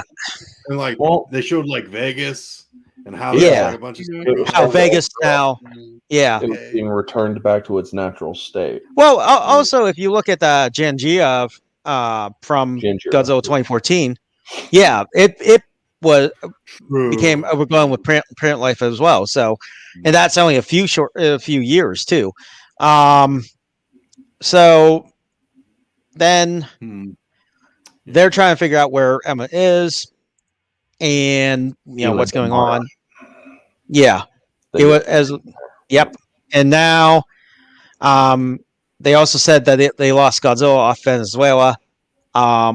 Essentially, that was before they got to Antarctica. Actually, that was when they lost him at Venezuela because he was heading down. It's like telling you, Dr. Brooks is right. It's the Hollow Earth. Chen is not a believer of the Hollow Earth. Yeah. Oh yeah, I love that. Oh my God, here he goes again. Yeah. Exactly. Chen and Stanton are just like opposites. Yeah, they are complete opposites. And zipping around, and then he looks at Chen. He's like, "Yeah, what are you going to do about it?" There, and we'll get to this a bit later, but and I'll get to this later. But anyway, we'll go into now. Here we have they're evacuating this the island. What is it? Isla Damara. I can't never spell it. I'm terrible at Spanish. That is the worst subject for me. Just say Isla Damara. There you go. You just Isla said it. Damara. Yeah. Isla Okay. Damara. You don't even Isla have to Tamara. you don't even have to put an accent to it. Isla Just say Tamara. Isla. Okay. No, Isla Damara. Damara. There Damara. you go. Isla Damara. So Monarch and G team are evacuating all these people. And it's all kinds of chaos as people are running, trying to get to the planes to get evacuated. We see this woman and her son get pushed over, and then as they're trying to pick themselves up, you hear this, screech. Well, before that, we go back to Jonah, and they're ready to hack into the system and activate the Orca through the speakers. And the window was closing, and Madison was like, at least give people time to escape. But then, Emma's like, this is bigger than you and me. And she ends up activating the Orca. Now, what ends up happening, you hear this very loud screech. And you see, and I love it, you see the actual seal on the volcano start to twist and come into itself as the heat is so intense. And once it blows its top, that volcano, that has such impact that it actually can kill people in that area. And it's such a big shockwave. Even you see the boats even start to rock at the edge of the island there. And I love it. You get this big clawed hand come up and smash into the Jeep there, and you see Rodan pull his head up, and it's like this demon rising from, right there. It's like this demon rising from hell, essentially. Yeah. And the classic Rodan theme kind of playing around too. Yeah. When he first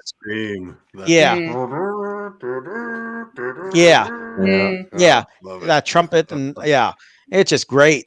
And then you see his half his body's out now, and he makes out this huge screech, and it focuses in on his face, and he looks at the camera like a bird does. It's like, he looks hey, down what's at up? the people. He's like, ooh, lunch. Gotta wake. Oh wait, somebody laid out a buffet for me. Nice. Yeah, exactly. Now the bird noises that he makes is actually from a vulture. Yeah.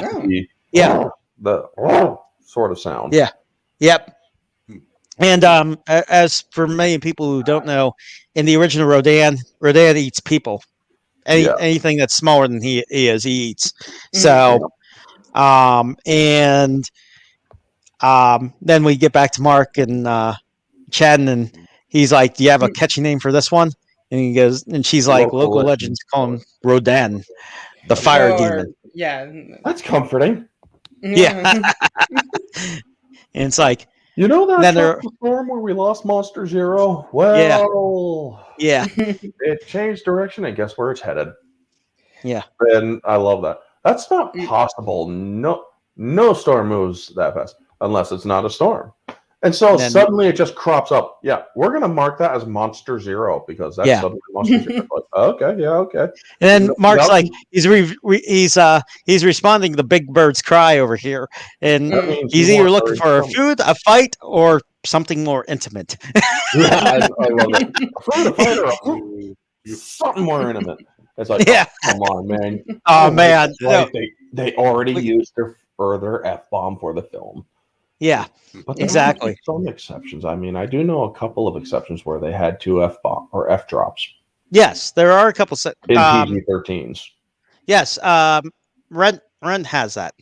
Yeah, Ren has that because it's the lyrics of a song.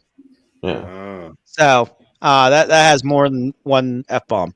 But anyway, so that's when they get the idea to lead Rodan away to fight Ghidorah. Yeah, Now, first we got to get his attention. So how yeah, many but here's the thing: when Rodan flies over a place, it's decimated. Just he's an A-bomb with wings. yes. Yeah. So Basically. this idea is already flawed to begin with, because even though he's not going to hunt them and eat the people, he's still going to kill them just by flying over them. Let's say hi to the chat because the ambassador just came in. Oh, hey. Can't stay long. Got to hit the sack soon. Jay works not much. Just upload a new video. I wanted to show some support for G-Fan Noise. Oh, thanks. Appreciate it. Nice. Yeah, thanks, Mr. Owing. Appreciate it. Always a pleasure, Ambassador. Yeah. Thank you. Appreciate it. Thanks for stopping by. Like I said, this whole thing will be uploaded. So, like, if you, whenever you do get time, you can come watch it whenever. So, not a big deal. But thank you for coming by. Yeah. Well, also too, and then this movie, it doesn't say it, but in the book, it actually says that when Rodan can actually activate volcanoes. Yes. Oh, wow. He can, all he needs to be is in proximity, and he can just activate them. Activate a volcano. If he was to do a flyby by or just around Hawaii, it'd be goodbye volcanic. Hawaii, that's all volcanoes. Yeah. Well, also too, and that's the thing. All these titans represent something. Rodan represents like pretty much lava, volcanoes.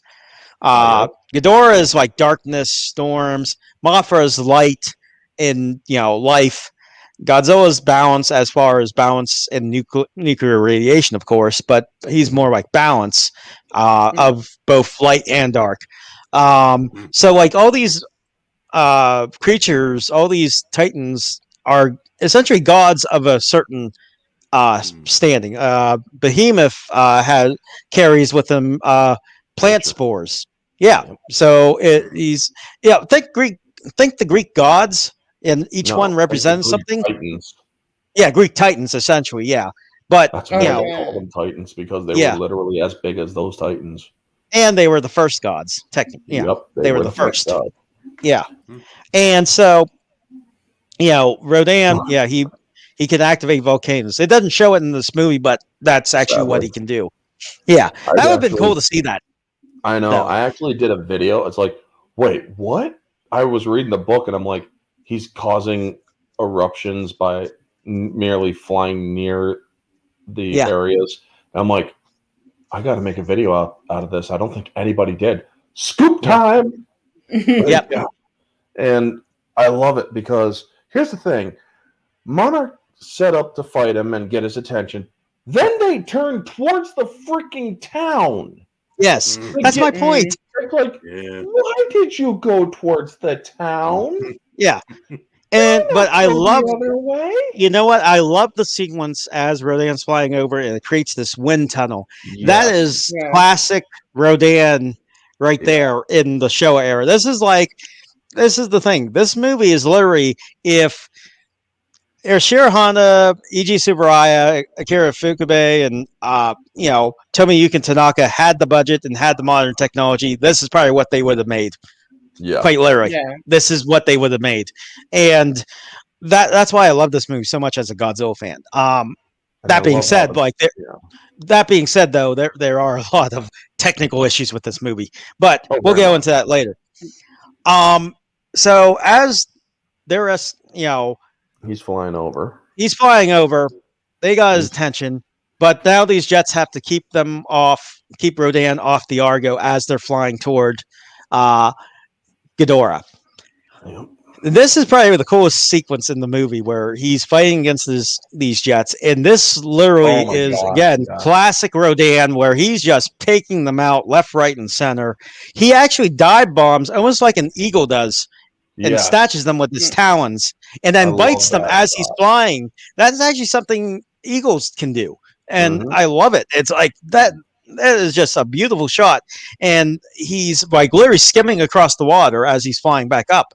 Yeah, and I love how he looks at the jet. He sees the jet do a barrel roll away from him, and he kind of almost grins like, "Hey, I can do that. Watch me."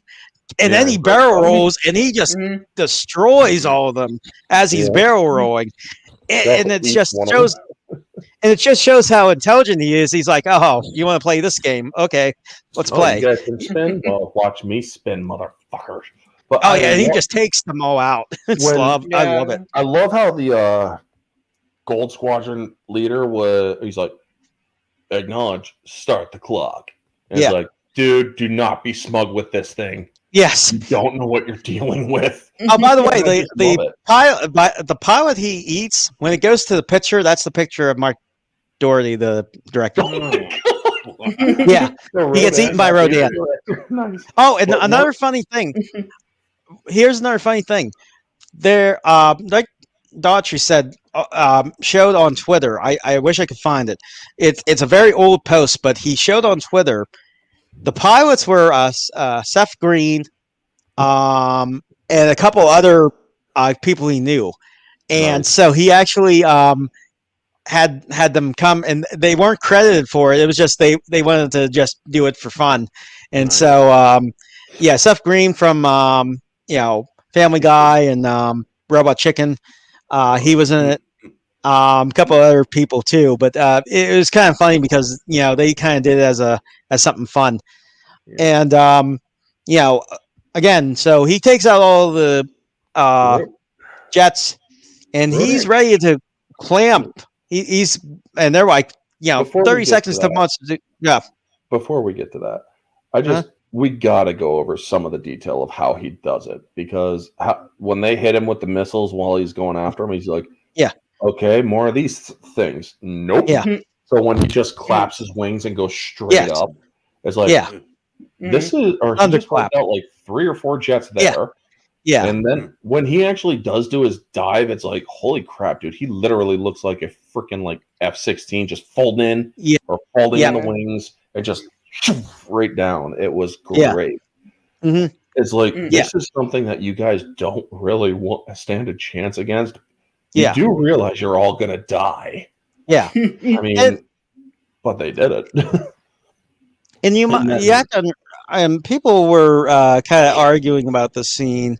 It's like, how can something that big fly so fast? And it's like, you have to realize these things aren't normal animals. Yeah.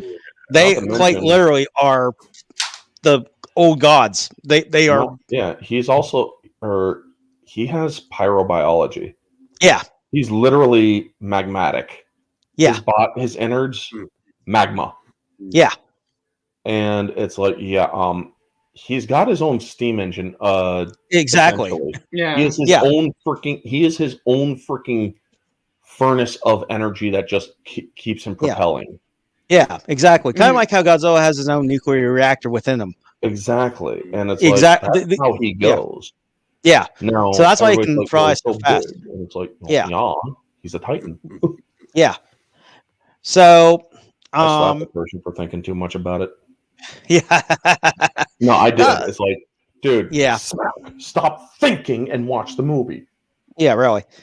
And, again, suspension of disbelief here within the context of a movie is something you have to understand. If you go into nitty gritty detail, it just ruins it after a while. But, Rodan's about ready to literally grab the Argo with his talons. And then all of a sudden he looks up and he squawks and he goes back up to the higher elevation because he sees that Ghidorah. And I love this shot. He senses Yeah. Ghidorah because Yeah, it's like, okay, Ghidorah's there. He's like, wait, what? Holy crap! Or he's like, I'm about to kill you. Oh, what? Wait, what? Yeah. Mhm. And it's like, But I love this okay, shot when they here. first show Ghidorah flying, and it's that Yes. lightning, and you get to see Strobe.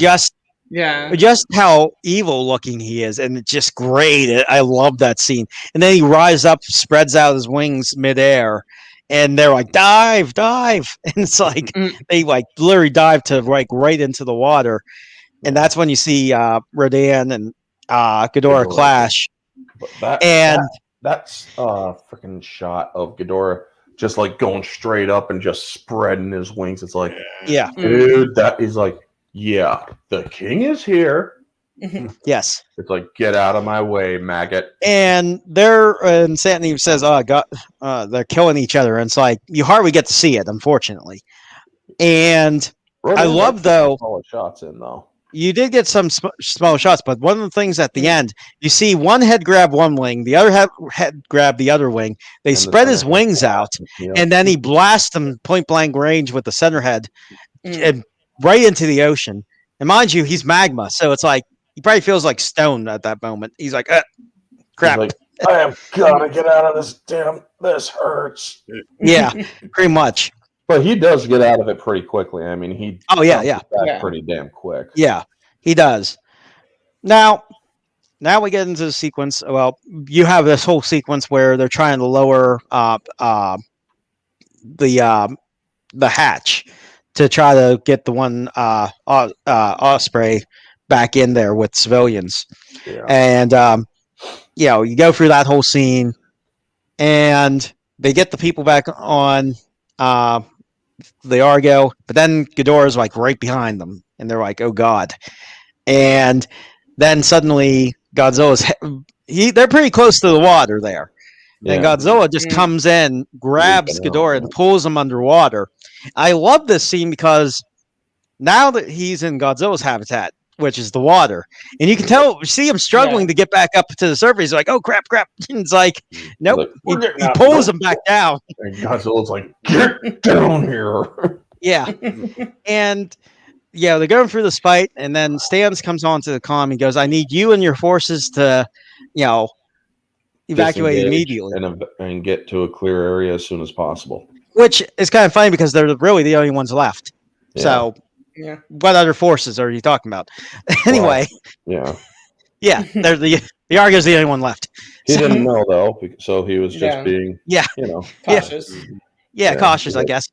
And that's when they reveal about inside this missile is the Oxygen Destroyer, which is one of the most famous weapons in Godzilla lore. But I wish they would have had a better entrance for this. But anyway, it was kind of like something like they threw it just to say, "Here's the Oxygen Destroyer." But I thought it would have a lot more relevance. But anyway, that's just a nitpick. Anyway, but I mean the reveal of it, I should say, seemed like an afterthought. But anyway, So I know it wasn't though. So as the missile's coming, as they're disengaging, Godzilla's fighting underwater. He actually rips Kevin's head off, and he surfaces back to roar as he has Kevin's head in his mouth. It's great. And then you see the missile coming down. It's like fatality. Yep. Oh, fuck. Yeah. And it explodes underwater, and you get this big, huge mushroom cloud, and it's just this, bright light, green light, and it's just like everywhere. And then, boom. Yeah, it was green, wasn't it? Yeah, it was green. Like, it was green. Green. Yeah. Why was it green? I don't know why they had. I don't know why they had green. I'm just wondering. It's just one of those nitpicky green. Yeah. I don't know. Maybe gamma radiation. I don't know. It should have been blue if anything, right? Yeah. But and then all the dead fish come up. That's a lot of fish. Yeah. Well, that's a lot of fish. Everything within 4 miles in a complete circle was killed. Dead. Yeah. Except for Godzilla. Well, now what I will like though is if it showed the fish start to disintegrate. Because that's what the Oxygen Destroyer does. It didn't show it, but that's what it does. It disintegrates everything because it takes out all the oxygen molecules from your body, and you disintegrate. So you have that calmness, stillness, and then Ghidorah pops out, wings first, out of the water, and that's when they're like, "Wait, where's Godzilla?" And you hear the heartbeat, and Stan's like, "Come on, big guy, fight it." And then it's like flatline, nothing. Yep. What I think really is he went back to the Hollow Earth, so they couldn't get a reading on him anymore. That's what it Right. seems like. Yeah. And this is where then Ghidorah on the volcano there, where Rodan just emerged from, it's flooding with lava, and he's standing on top of it. And then Kevin comes back out. It's like, hey, Kevin's back. And then they do the whole, Titan Alpha roar. Right. And it's a great sequence because now you hear this roar, and this roar, you can hear it everywhere in the world. And now all the Titans that were in Hypernation start to awaken. And in the book, it says Kong on Skull Island hears it, but he just doesn't care. He literally does not care. He says, whatever, Not my at problem. that point. Yeah, He's pretty like, much. I have heard this so many times. Yes. Others calling for war. And It's whatnot. like It's like, I don't care. I he's want to just be left relaxing, and alone. all he thinks about is that goddamn neighbor. Keeps It's on like- freaking shouting. Yeah. It's like, oh my god. The thing is, it does also rile up the skull crawlers. Yes. Yeah. Because he's like, Yeah. okay, now I am pissed because this motherfucker just woke up them. Yeah. So I am going to go hunt, just not Yeah. for you. I Yeah, am hunting exactly. Yeah. them.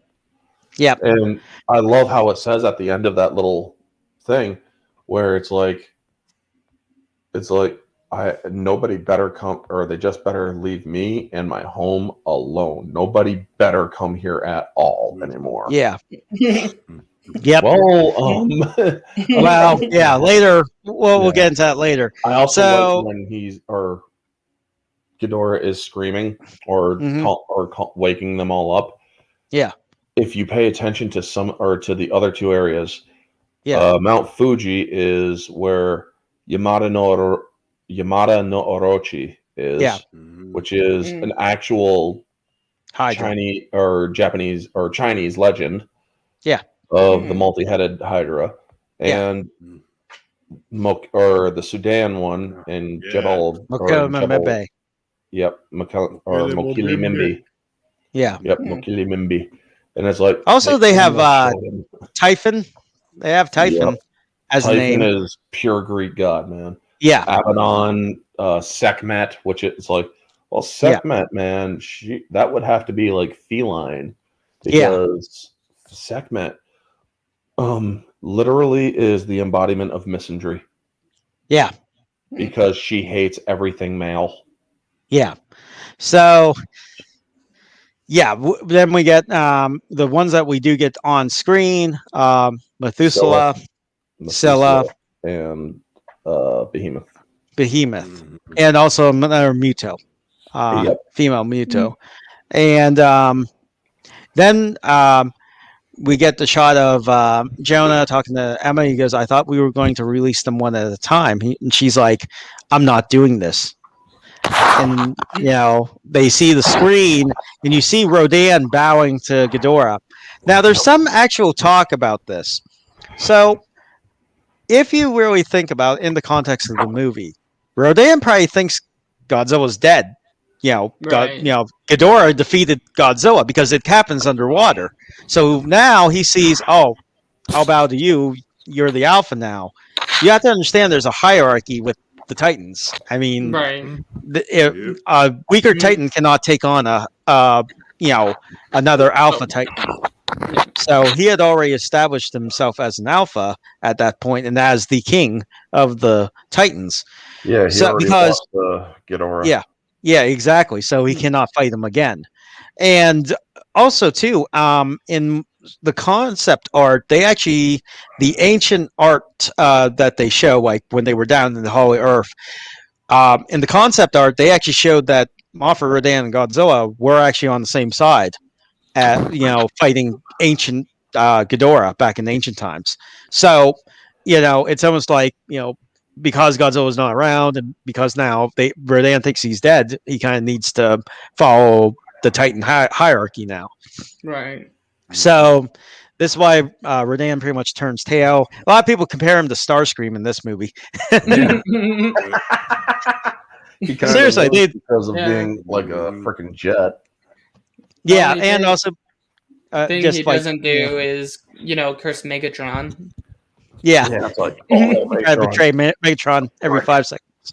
Mhm. But so that's when Jonah says, "Long live the king." And this is where Stan, even Admiral Stan says, confirms his name is King Ghidorah. In the after that, so now we get a shot of the waterfall where Mothra has cocooned herself, and we get Brooks, now an older Brooks, and it's played by oh god, what's the actor's name? Darn it!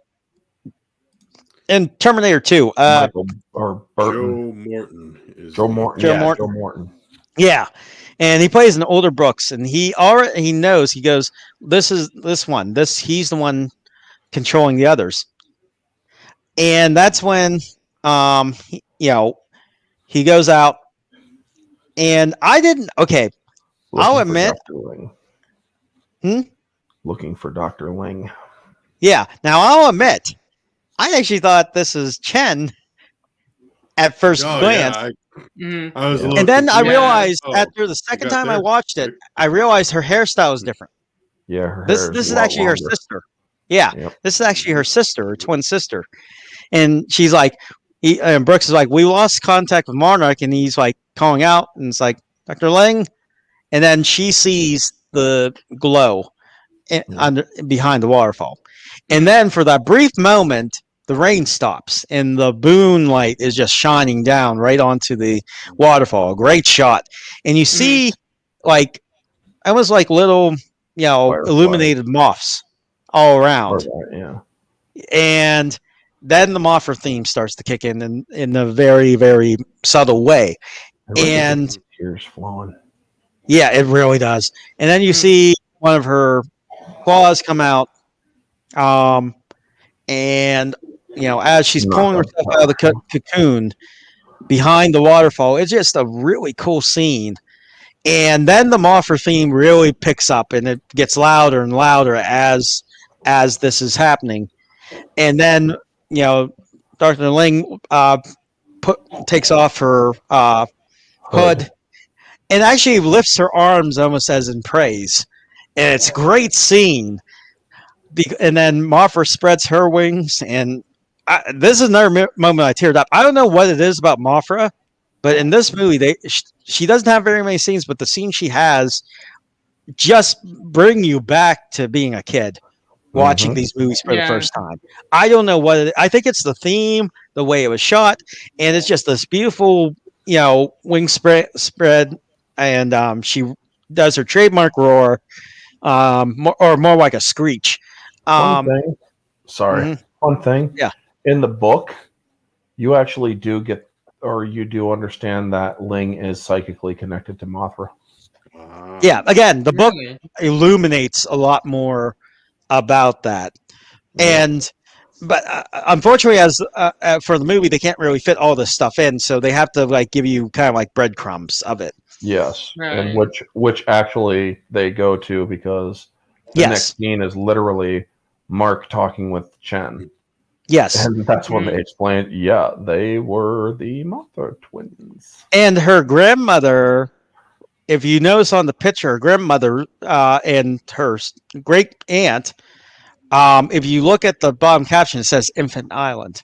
Yep. Wow. Yeah, to signify they were the original twins. Here, then there's the next generation.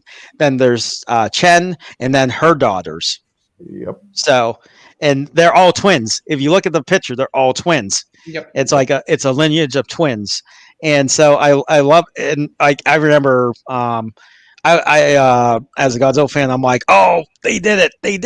It's like finally, it's like they did it, and that's when they're questioning why Ghidorah all of a sudden wasn't affected by the auction destroyer, and Shay Jackson says he's like, maybe it has something with his freaking head grown back. Yeah. And that's Violates when they're like, everything we know about the natural order, unless it's Yeah. not part of the natural order. Yeah. And then comes the dumbest fucking line in this movie. I'm sorry. gonorrhea. It was Gonorrhea? Yes. She Gonorrhea. said gonorrhea. It's like, dude, Dude, Don't how do you get talk Ghidorah from ever gonorrhea? again. Yeah. I swear to God, it's like, dude, the only time you talk, or the next time you talk, I hope a Titan eats you. Yeah. I mean, you deserve to die after that line. I'm sorry. That You do. line. Yeah. But It was. Oh. I think, and I think, this to me showing that Ghidorah is from space again is, a great throwback to the original. But this movie has a lot of biblical Yes. themes. Yes. For instance, one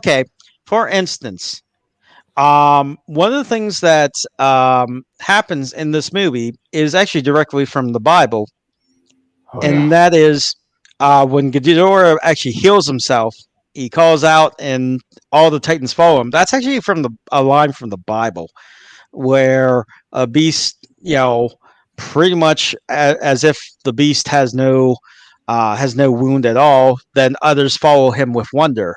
It's like that's biblical. Also, too, from the Bible, it says, "And upon his heads the name of blasphemy." It's like, and so it's this argument that Ghidorah is really the devil, and what is he? A fallen star. What was Lucifer?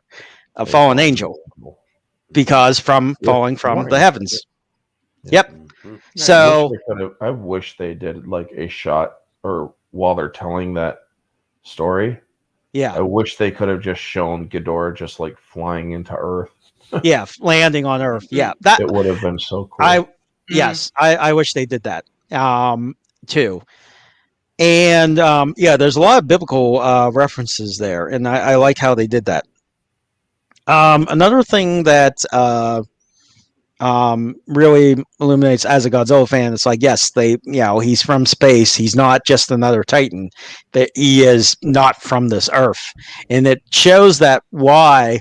And I love how they have Stanton and Serizawa have the same viewpoint, but are worded differently. Serizawa calls him a false king. Stanton calls him an invasive species. So you have one that's like the theology and one that's a scientific.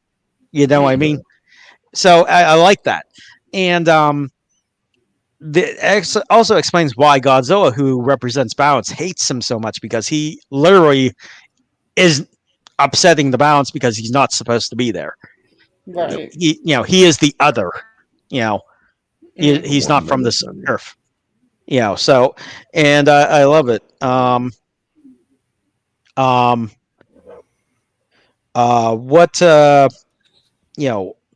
what do you guys think? Huh? I thought, or honestly, I liked the little bit, except for the gonorrhea bit. But, Yeah. It was a good way of giving his origins, but also remember that she was able to piece it together, sure. But how was she able to piece something together from cultures all over the world that didn't write about it? Yeah. Yeah. Like, how do you glean that? Point. Yeah. You have to find one, or at least two, not one, but Sources. two sources that confirm the same name. Yeah. Yeah. Yeah, and again, there's a lot of major plot holes on how this happened. Like I said, folks, this movie is not perfect. It's entertaining. It's far from perfect. There are problems. Oh yeah, yes, and that was my question too. I actually said the same thing. If these ancient cultures did not even want to speak his name, how do you even get that name then? It's like Lord Voldemort here. Well, all it we takes should is not one speak person, his name. So. Yeah, but still, I mean, these ancient civilizations were doomed. They were destroyed. So it was a very it's like convenient time for her to have learned that. Yeah, have learned it too. Yeah, that bit in between. Yeah, initially saying like, "Oh, they didn't seem to want to," and then at that point, where she. Yeah, I guess, and but another thing too that this movie opens up is the possibility of other things from space. If you know about the Godzilla lore, there's a lot of things that come from space. Space Godzilla, Gigan, Orga, not to mention all the alien races themselves. Yeah, and Mechagodzilla, well, at least the Showa era Mechagodzilla. So it opens up a lot of stuff. So now we also get this rift between Emma and Madison. I'm just going to go over it briefly. She pretty much says, Madison says to Emma, "Would Andrew want this?" All this stuff, and so Emma and Madison decides to steal the Orca and broadcast its signal to where it makes the other Titans docile. So we get that whole bit. And while we're getting that whole bit, as she goes to Boston, goes to the stadium, the baseball stadium in Boston, we also get what's happening with Mark and Dr. Serizawa. So we find out that Mothra shows up. She illuminates the sky. She literally blasts away the darkness and fills the atmosphere with light. So she is the counter to Ghidorah's darkness, his storms. So from there, what we get is they use a sub. They follow where Mothra is leading them to because Godzilla is still alive. Are you back? Yep, I am. Okay. So I kind of fast forward a little bit. Hey, that's fine. Because human exposition at that point. Yeah, it really is. How many new and we can help him. Yeah. But I love how, but small thing here. Sarah's, I was like, why? It's like, we can help. It's like, he's asking him why because he's like, you're going to try to kill him, aren't you? Yeah. Because he even says after Godzilla's vitals went down, looks like you got your wish, Mark. Yeah, exactly. He was pissed off at Mark. So he's like, when Mark's asking, how many nukes do you got? He's like, why? Yeah. I'd ask the same damn thing. Yeah. And but so they get down in the, they start to descend and then they get sucked in by the wormhole. And while this is going on, well, not Emma's wormhole, but underwater tunnel. Vortex. Yeah. Vortex, yeah. Sorry. Vortex would be more appropriate. And then as this is going on, you have Madison. She's at the Red Sox Stadium, and she uses the broadcast system there with the stolen Orca to broadcast the signal to the Titans to make them more docile. So also, the military's doing a strike against Ghidorah at DC or at Washington in DC. Yeah. Yes. I mean, they're literally going down Pennsylvania Avenue in a destroyer. Yeah, it's flooded. Washington, D.C. is flooded. And as Randall said in the last movie, there are worse times than. There will never be a more chaotic time in Washington. Yeah. Hold my beer. Yeah. Ghidorah and Rodan are saying, hold my beer. The Titans are like, hey, human from the past, hold our beers. And yes, exactly. Basically drop their beers on Randa, and he's dead. Yeah. Yes, exactly. Dumbass. So, then we get a shot back with the submarine, and now they're way far down and deeper than what they should be, especially at crush depth. 600 miles. Yeah. It's ridiculous amount, and they should have been crushed by the ocean's, pressure.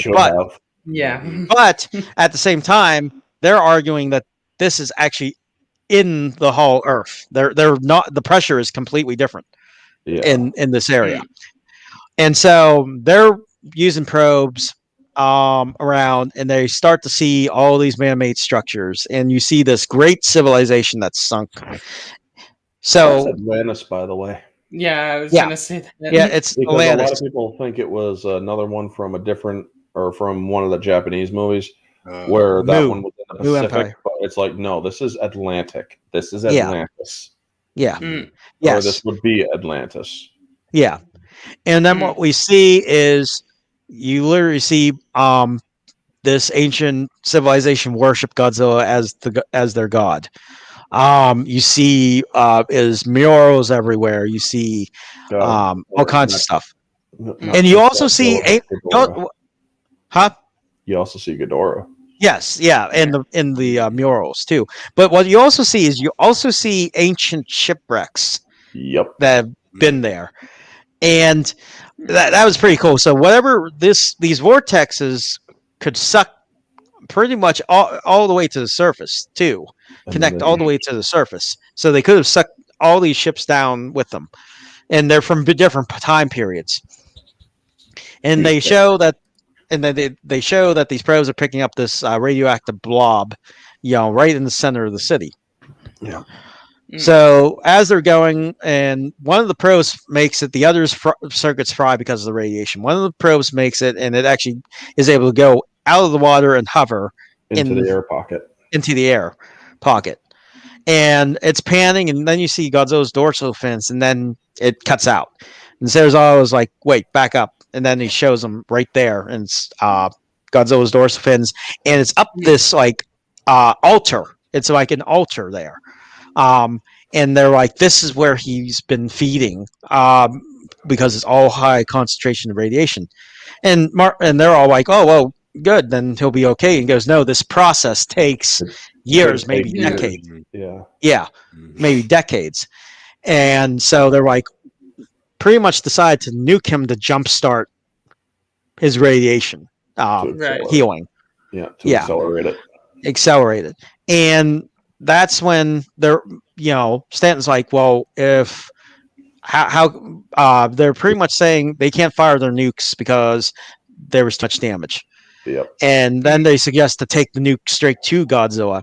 And Stanton's like, well, the radiation will kill you before you even get there. That's when, Dr. Serizawa pretty much volunteers to go. And Stanton even says he equips his oxygen with what was it? Heliox. And pretty much mixture of helium and oxygen. And also was it fentanyl, he said? Something for pain. No, he didn't say anything for pain. He's like, oh, really? And I added a heliox to keep you more stable. Yeah. And so this is a one-way trip. And for those who know about the Godzilla series, Dr. Serizawa in the very first Godzilla movie, he dies, sacrifices himself to kill Godzilla to save the world. This one, it's the 180. He's trying to revive Godzilla so that Godzilla can save the world from Ghidorah. And we get this heartfelt goodbye, and he decides, and then he takes one of the personal submersibles, and goes straight into He fought for us and died for us. He's not only proof, he's not only proof that we can coexist. He's the key to it. Yes, the key to coexistence. That will come to play later in the movie, and I'll explain exactly when. Later on. Yeah, coexistence. And so he goes, and as he gets near the area, the submarine has to go back through the vortex to avoid the nuclear explosion.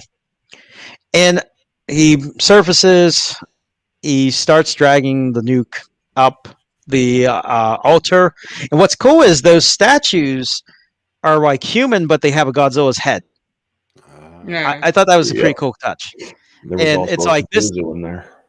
Yeah, Cthulhu. Yeah, Cthulhu. Not Cthulhu, Kazuzu. Kazuzu. The Exorcist. Zuzu, with a P from The Exorcist. Yes.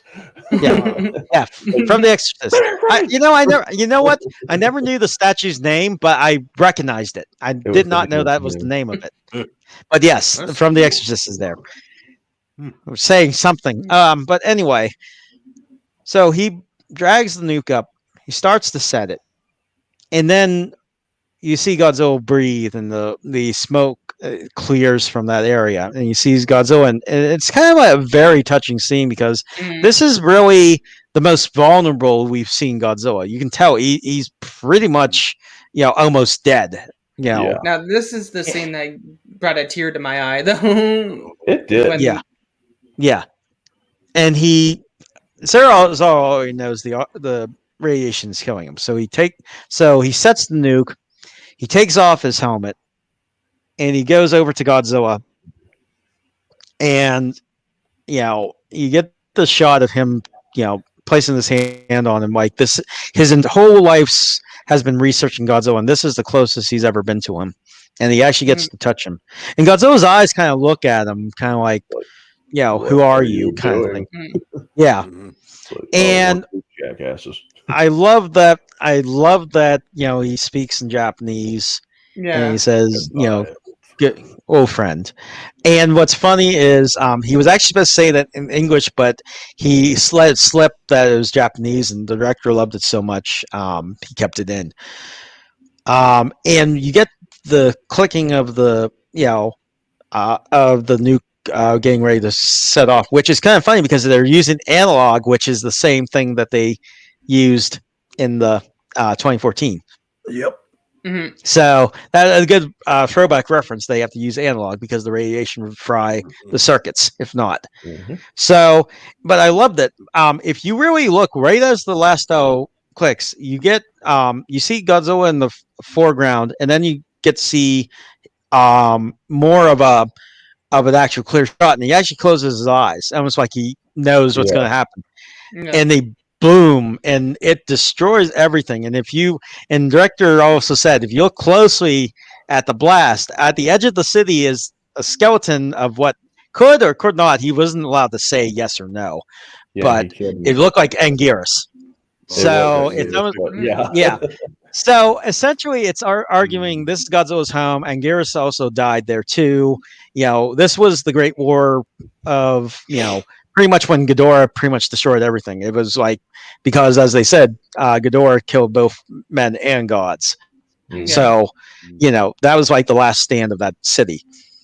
And here's another thing, and I don't know if it hints anymore, but as you see the subsurfacing, you see Chen holding Mark's hand. I don't know if they were kind of implying. That's all. Really? Okay. No implication. It's like small comfort. I'm holding. I don't know. I'm freaking scared. Yeah, I guess I've had that happen to me because of with a couple of women at the time. Oh, really? Nothing came of it, folks. Okay, that's okay. Anyway, I mean, he is single now, but anyway, it's like he's single. Sure, why not? Yeah. But anyway, so they surface the submarine surface in this pretty grand, scene. Yeah. And then they they're like radio for the Argo, and they're all looking. Mark's got the binoculars, and Chen's like, "Do you see him?" And then you see the whirlpool, and then you hear like the song, like the Godzilla theme in a grand way. It is the Maori chorus. Yes, and then I love this. Was perfect.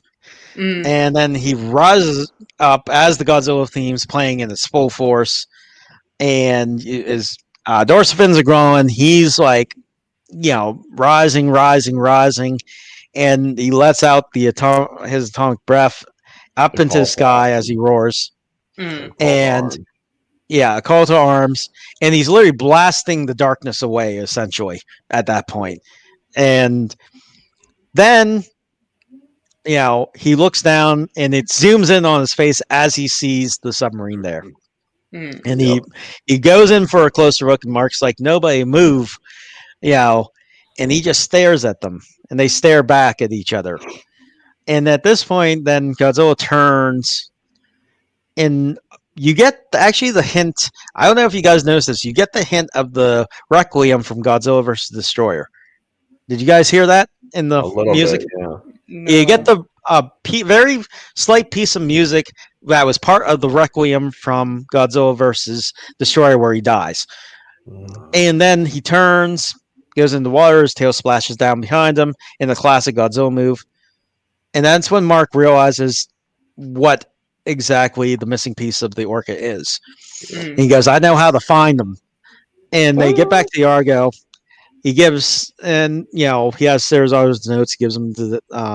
Let's not screw this up. Yeah, but let's not screw this up. And he goes, "Does this mean?" And they're like, "Yep." No, he's like, "How did he by saving us?" Yeah, by saving us. And then he So, realizes what? Go ahead. one of the things is when he's looking at the humans, he's Mhm. like, I recognize you. I Yeah. don't recognize the rest of you, but I recognize you. You were Yeah. kind of giving me that evil looking stare, but you know what? You guys just saved me, so I'm going to give you a pass. Yeah, pretty much. Yeah, pretty much. Yeah, Yeah, pretty much. and then back in the thing. Yeah. So- So what you find out is Emma's missing piece for the make the orca work is actually the human element, the Homo sapiens, because essentially we are alphas, and I like how Stanton puts, "Yeah, well, we are a bunch of horny murderers." Murderous carnivores. Yeah, that's very Carnivores. poetic. Yeah, very poetic. Well, she's definitely And not a horny murderous carnivore.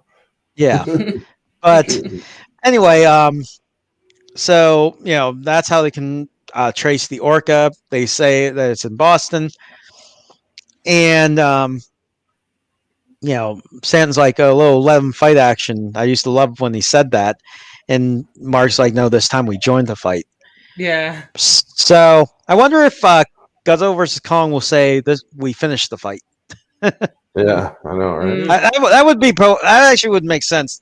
They'll finish the fight. It's like, but so now we get Emma Russell. She's leaving Jonah. There's a bit of a standoff, but she's like, I lost one child. I'm not going to lose another. And then he's like, let her go. We have everything we need. Now, they don't actually go into this, but I think they copied the signal. Yeah. Because he argues that what's her name? they don't need the orca anymore. I think they copied all the alpha signals. Yeah. Patterns. Yeah. They had to have, I think, as a Yeah. backup. Especially Ghidorah's, just in case. Yes. Yeah, exactly. And I think we're going to find that actually is something that's going to play a role in. Yes, I think it will. Yeah, definitely. Yes, because mind you, they are also into selling this information too, as well as buying it. So it's going to be interesting in the next one. Using it too, I think. Yeah, and using it, but also profiting from it. So, so now we get up to the upcoming showdown. So Madison slaughtered, or DC, they're getting slaughtered. Yeah, exactly. And you actually see Rodan shooting fire from his mouth. Yeah, very briefly. Yes, very briefly. Yep. And I'm like, holy crap! If you actually do pay attention, he is launching it from his body. Yep. Yep. So he is. Like, holy crap, man! And then they try biting a quick flyby. Yeah. But they all stop because Madison's playing the alpha call. Yeah. Right. Yeah. And Ghidorah's so like, now, son of a bitch! That thing's still working. Now, challenge me. So now we get to where the real big battle is going to end up. You get to Boston. Ghidorah lands. You get this grand shot where she's up top of the stadium, and you see this big plaster cloud of storm coming, and it just engulfs the whole city. Ghidorah lands. Yep. And he's looking around. He hears the alpha call, and the right head actually chomps down on the speakers. Like he knows it's there. It's like, oh. And that's when she is under the table. She unplugs the orca, and then she goes to get up, and the middle head's just staring at her. Yeah, it's still playing. Actually, all three of them. Yeah, they're looking. When the eyes looking into the building kind of remind me of the T-Rex scene where people kind of it's like, hey, I see you. It's and then so that's where you are. And she's like, oh shit. And then all three of them blast their gravity beams. How it doesn't kill her is beyond me at this point. Man, she's really good. And he's just tearing apart the stadium everywhere with gravity beams. She should have died.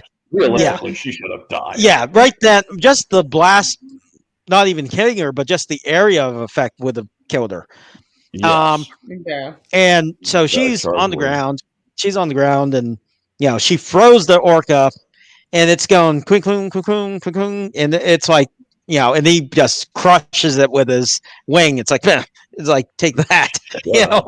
Like, shut your and then mouth. he's ready to blast her with all 3 gravity beams, and she screams, and then Godzilla's atomic breath just hits him dead center in the chest and makes him fly back.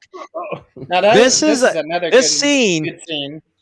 This scene is very reminiscent of when Godzilla appears in Terra Mechagodzilla, where he fires his breath at Titanosaurus, and then you see him, because you only see the breath, and then you see him. It's the same scene, and I love it. It comes in, and it's playing the Godzilla theme. The military is actually literally behind him. He has jets flying over his head.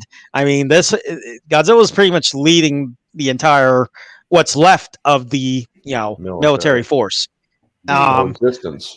Exactly. This is the coexistence scene that Serizawa was talking about. It's like it is possible. And because go ahead. One thing here. When they are saying all people or all wings have reported locked on and whatnot, and then she looks to Chen, and when she says for Serizawa, the way that the music comes, and as the Argo comes through the clouds, that is like the most emotional part of that one part where it's like this is where they are truly one symbiotic relationship. Where exactly, and the military are fighting him because what's kind of goes defensive then. Yeah, exactly. And what's great too is it plays the Godzilla theme when it shows the military, which is actually a throwback to the original Godzilla movie, where Godzilla's theme was originally the military theme, not Godzilla's actual theme. It became Godzilla's actual theme. So nice little throwback. And then Godzilla, we get the running scene of Godzilla. And at this point, he just doesn't give a fuck. He's just like, I'm going to kill you once and for all. And there's this giant shockwave when they meet. And it just, you can see it expand. It shows the rain just hit the camera. Yes. Yeah, exactly. And this is where, Stanton's like, oh, Serizawa did too good of a job. Godzilla's cannot control his radiation.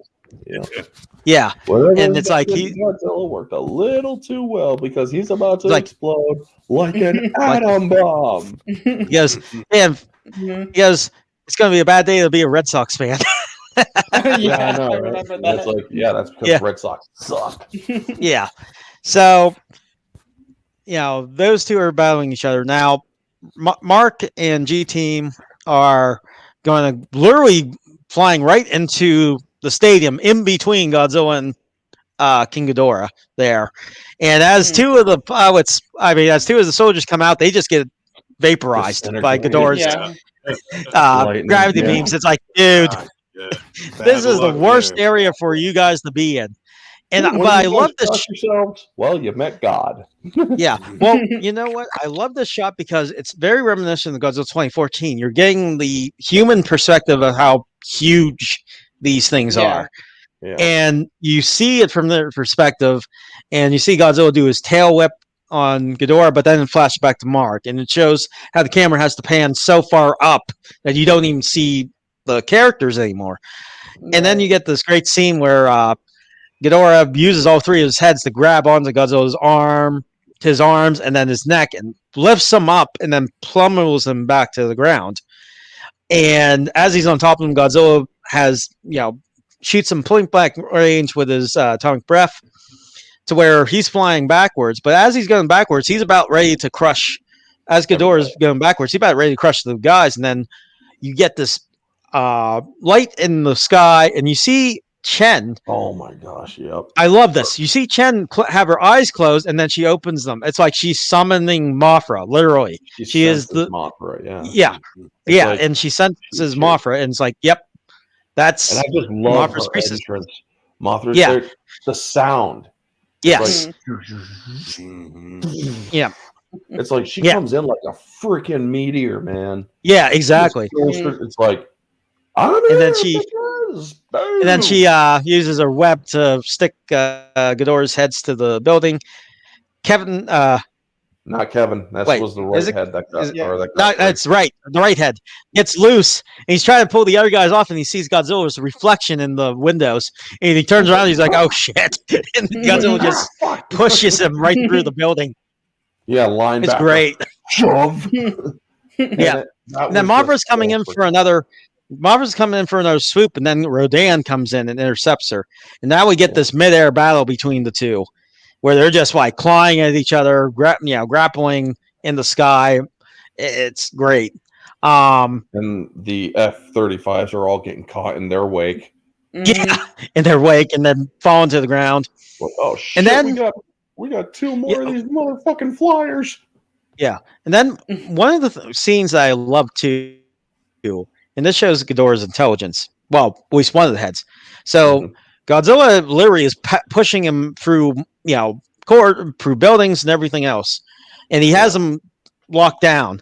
He looks at this power generator, and then Ghidorah literally clamps onto the power generator. Godzilla looks like, he's like gives up. Look.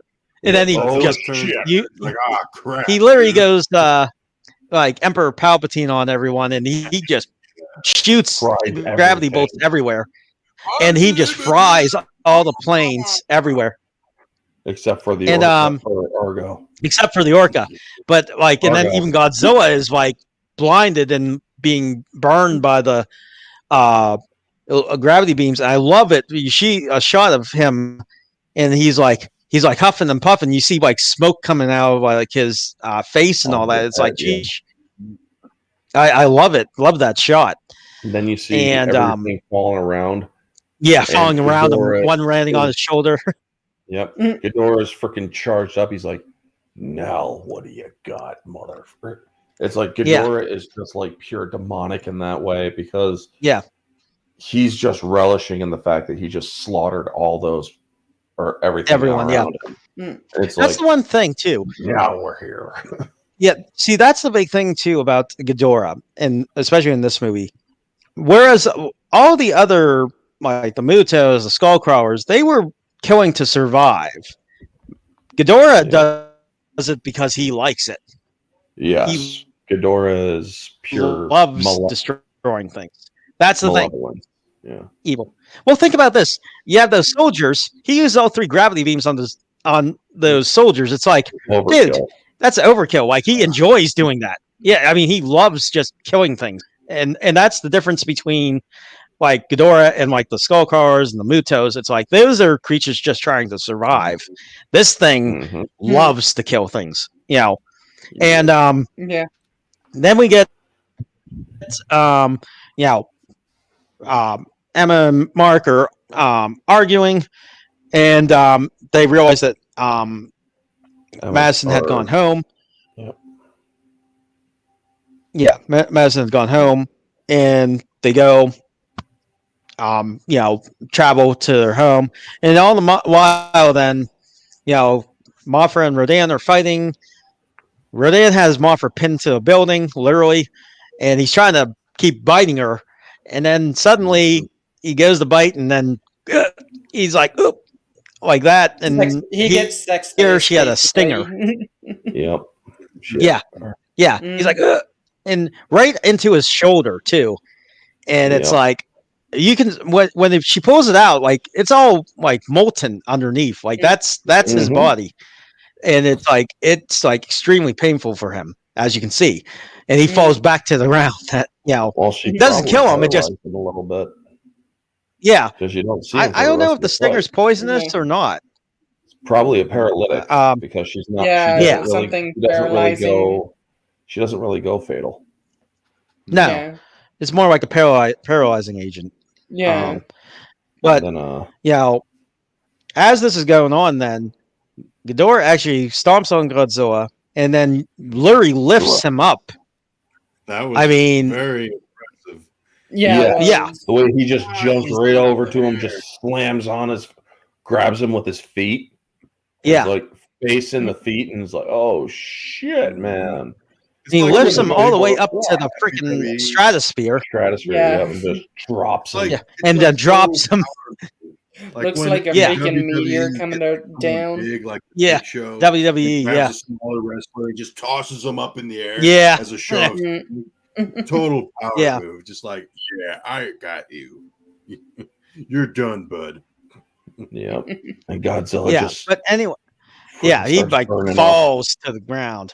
I wake up, poomph. Like even his energy like poomps like out Yeah, from had it. a shock Like almost wave, as his like almost like he took a breath away, like when you fall and you get your breath taken away. Well, he gets his energy almost taken out of him too. yeah. And as Ghidorah lands, Godzilla's laying down, Mothra's climbing on top of him. And she's mortally wounded too. Because of her fight She with uses Rodan. she covers him, Godzilla with his with her wings, almost like protecting her. Ghidorah is almost snarling like he's laughing. And she like charges right at him. He's like, And what are you gonna do? yeah, exactly. And then all three gravity beams hit her, and she just poof, explodes into a ball of light. But that her essence essentially then coats Godzilla, and you And can that's almost what hear him when he roars. You can almost hear him when he roars, almost like he's saying Mothra. Almost like he's saying Mhm. Mothra. And that's Now when he Ghidorah starts now Ghidorah senses Godzilla has a lot of energy, so he actually wants to steal that energy away from him. So that's why he starts biting him and starts trying to suck out his energy, which is very similar to what Kaiser Ghidorah did in Final Wars. Yeah. And as this is happening, they find they're trying to repair the Orca to try to give Godzilla some time. Right. They repair the Orca. Another Osprey comes down to get them out of there. Emma says, no, I need to, I still need to calibrate it and all that. And then she's running to the Osprey and then she stops. And right there, it's like, you don't hear her words, but she mouths like, I love you. Yep. And then she gets into the Humvee and drives away with the Orca still, pulsating. Ghidorah is now like incensed that this thing is still going on. And he is just going after Emma. He flies up in the air and he starts shooting his gravity beams, which is a very classic Ghidorah right there. That scene as he's flying and shooting his gravity beams. That's a classic Ghidorah. And he hits the Humvee. Somehow she's still not dead, which is beyond me. She's paralyzed. She was definitely paralyzed. Yeah, still. But Ghidorah comes down. He's looking down at her. And she then says, long live the king. Smell. Mm-hmm. It's like something burning. It's like then you see. Yeah, I just love that. Kevin's like, something's burning. And then all of them are like, wait, what is that? I'm hearing a drop. Oh, shit. I mean, as Godzilla is walking, he's literally melting everything around him. Yeah, and this is like a throwback to the Godzilla vs. Destroyer when he was burning Godzilla. Yeah. The hotter he's getting, the more powerful he's getting. Yes, exactly. And so now you see he reveals as burning Godzilla, and Ghidorah actually reels back like, "What the hell are you?" And then he does his nuclear pulse, and it's Mothra's wings, as you see in the pulse, and her screech. Yeah. And that red is when Mothra's mad. Remember?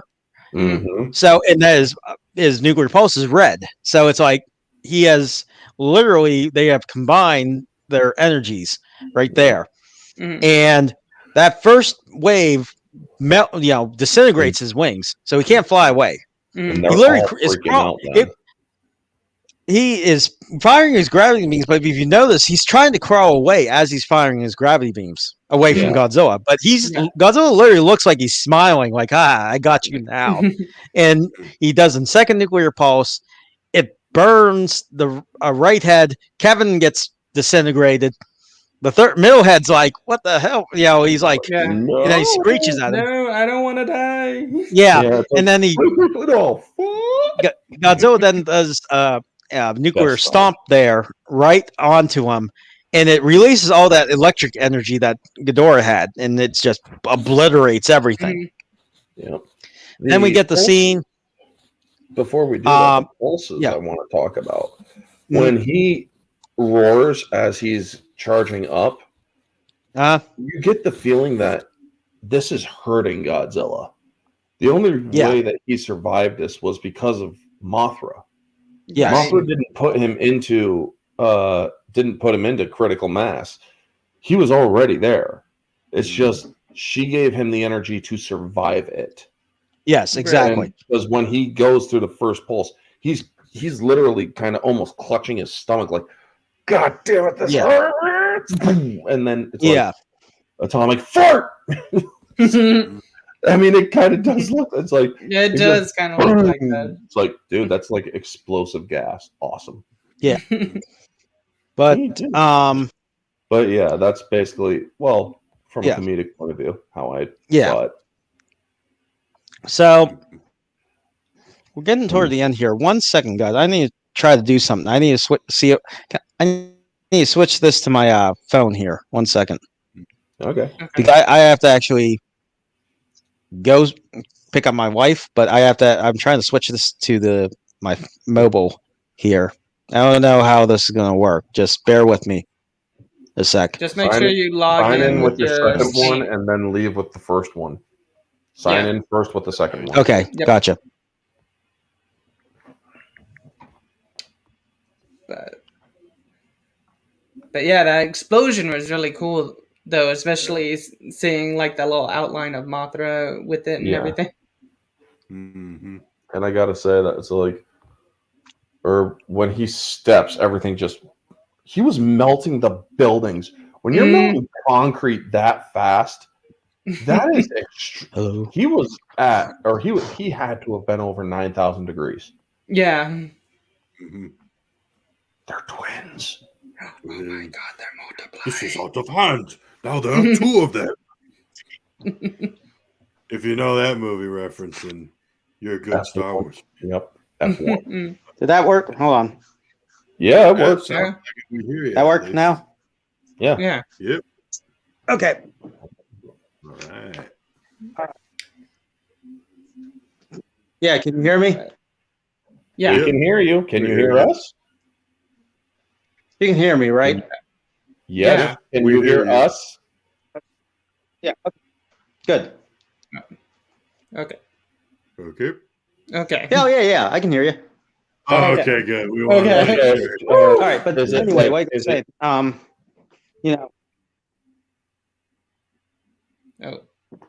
He's on a delay. Oh, what'd you say? Okay, you're not on a delay? No, I can hear you fine. You're coming in fine. Oh, okay. Yeah, but you are delayed. Yeah, are you delayed? Yeah, he's delayed by at least 2 seconds or 3 seconds. Okay. I can't tell how much. We I can. can't tell how much of a delay I 3 seconds. But oh, really? Yeah. But anyway, okay, so we get the shot of a devastated Boston, and all of a sudden you hear some rumbling, and then Ghidorah's head pops up, and what you don't really, then all of a sudden you see Godzilla has Ghidorah in his mouth, and he's like just swinging him around, bashing him around, and he's like, "Oh no!" Yeah, he's literally chomping on him, and then he's charging up his atomic breath. Now, mind you, he's back to his normal state, but he's charging up his atomic breath, and he just obliterates the last head, and then burps. He essentially burps too, and it's Ghidorah lightning. I love it.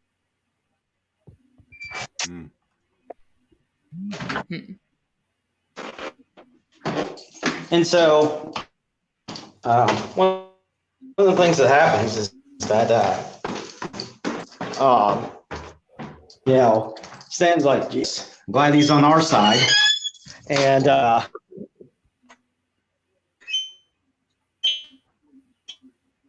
Chen, Uh-oh. like for now. Looks like he's. Yeah. You're definitely going out there, bub. Yeah. It's kind Yeah, you're kind of cutting out here and there. Yeah, you're cutting out.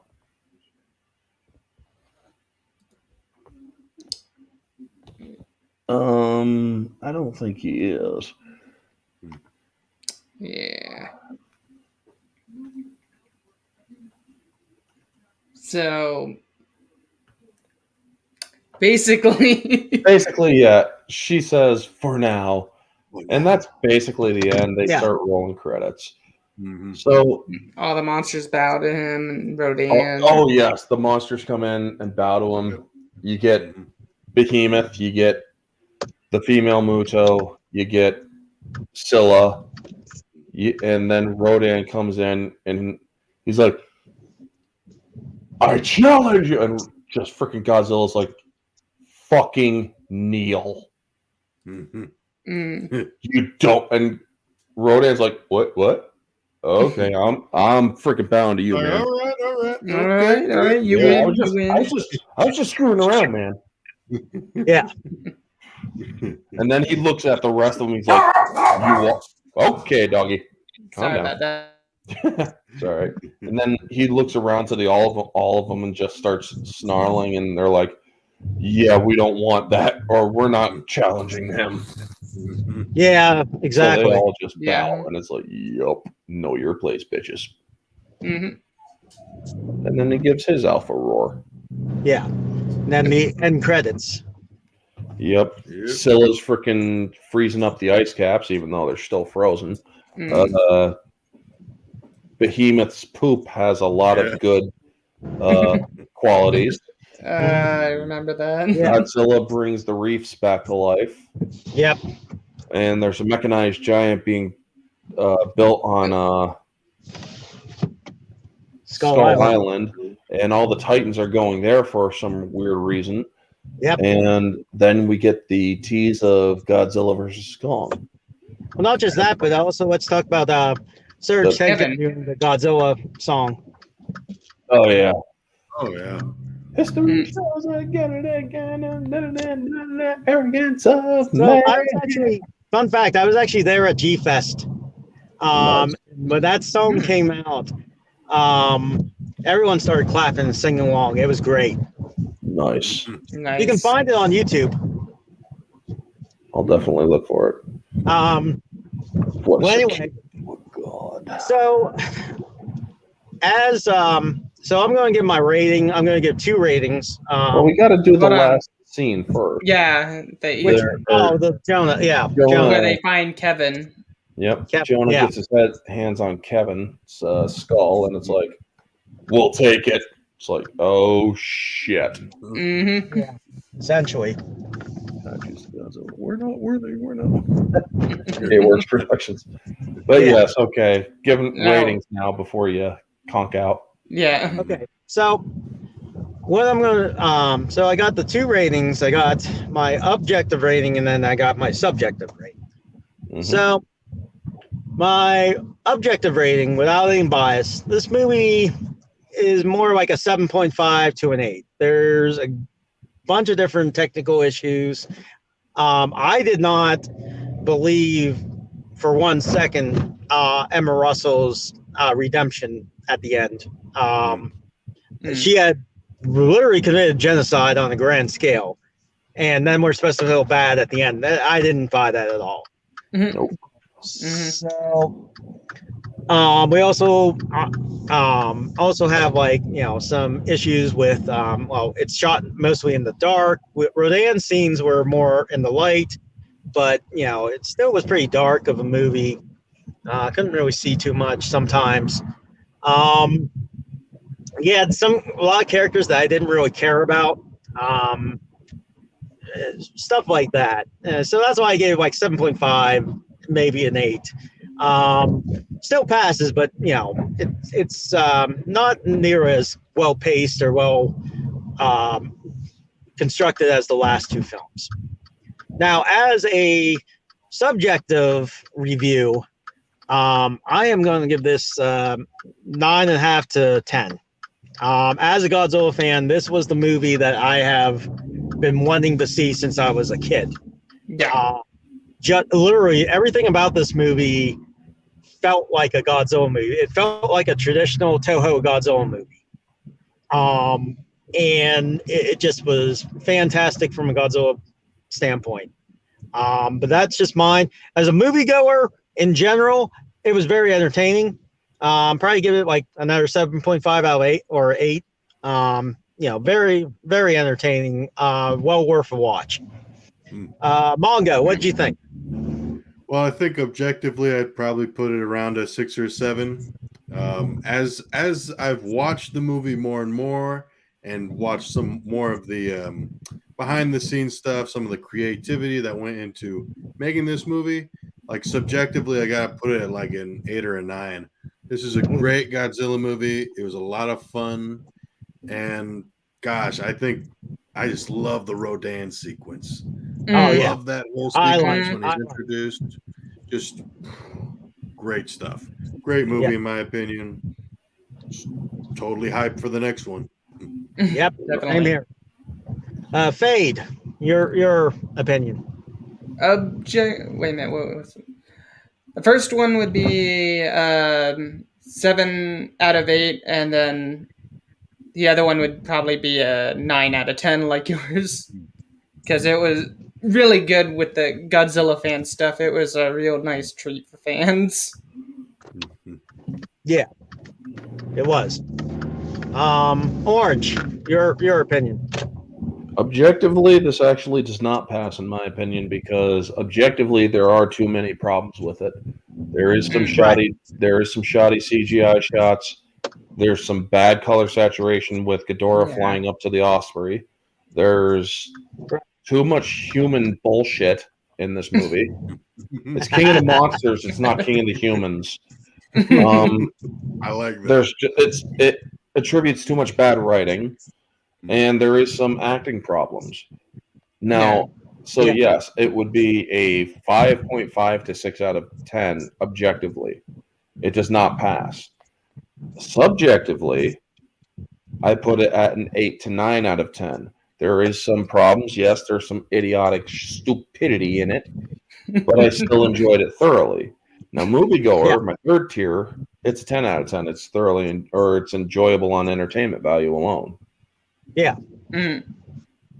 So, yeah. So, now that we got this last movie out of the way, the question I have is, how much longer after Godzilla vs. Kong should we discuss that movie after it's released? 2 weeks. Maybe Yeah, I agree. 2 weeks. A week is technically lifting the spoiler embargo. Hey, How's it going? good. Your sister? So a week. What? I'm talking to him. Hi, wife of G-Fan. Hello. Hi. So, let me introduce you to Orange Hat. He's at the bottom right. We got Fade, Salvation, bottom left. And then Mongo's Big Thinks on top right there. Oh. Hi, nice to meet you. Hello. They're fellow Godzilla fans and movie fans. Did you tell them I'm rooting for Kong? Yeah, she's rooting for Kong, guys. Ooh. Yeah, we have shirts. Now, we're going to go to the movie with shirts. I have the Team Godzilla shirt. She has the Team Kong shirt. You guys Nice. those from Dangerville, didn't you? Yeah. Nice. Good job. Yep. So, okay. So a week after the movie comes out, then we'll plan on doing the stream. Alrighty. Sound good? Okay. I'm fine with that. Good. Cool. Binge watching that sucker like no tomorrow. Oh, yeah, ditto. Yeah. It's gonna be like every hour I will watch this. Well, won't that be Yeah. a problem? Because then you'll have to restart the movie over No, and over every again. hour after it finishes. Okay. Obviously, it's like I was gonna Yeah. go. You're gonna be in for a long process, then, Orange Chad. Seriously. yeah, I know, right? But anyway, guys, they're going to be wrapping this up. Yeah, we'll reconvene. I'll send messages and DMs out on Twitter when we're going to do the Godzilla vs. Kong discussion. And till then, like I said, just be careful on the internet because the movie is coming out before the U.S. gets it. So watch out for spoilers out there. Will do. Yep. But you guys want to do any plugs before we go? Mongo, do you have anything going on? Nah, I'm all good. Okay. Faye, do you have anything going on? I got nothing going on right now, so. Orange Hat, you have Planet of the Apes, don't you? Yep, I got the Caesar trilogy for Planet of the Apes as my next round of discussion streams. It's going to start with Rise and work its way up every 2 weeks. And in between them, it's going to be the Versus streams, which is, I believe, EU Mandalorians versus the Disney Mandalorians. Nice. Yeah, okay. Hey, can I do a suggestion for your Versus stream? Sure. How about John Spartan from Demolition Man versus Judge Dredd? That is an interesting one. I will give it a look. I'm just saying that'd be like Stallone versus Stallone kind of thing. Yeah. I don't know because I love both of those movies. So I'll give it a look over and see if they're compatible. Okay, cool. Well, anyway, everyone, this is in GFan84, also known as TJ, and we're going to be heading out. And I hope you all have a great week, and hope you all enjoy Godzilla vs. Kong coming out. Take it easy, folks. Fading See you out. later. Peace. Take care. Bye.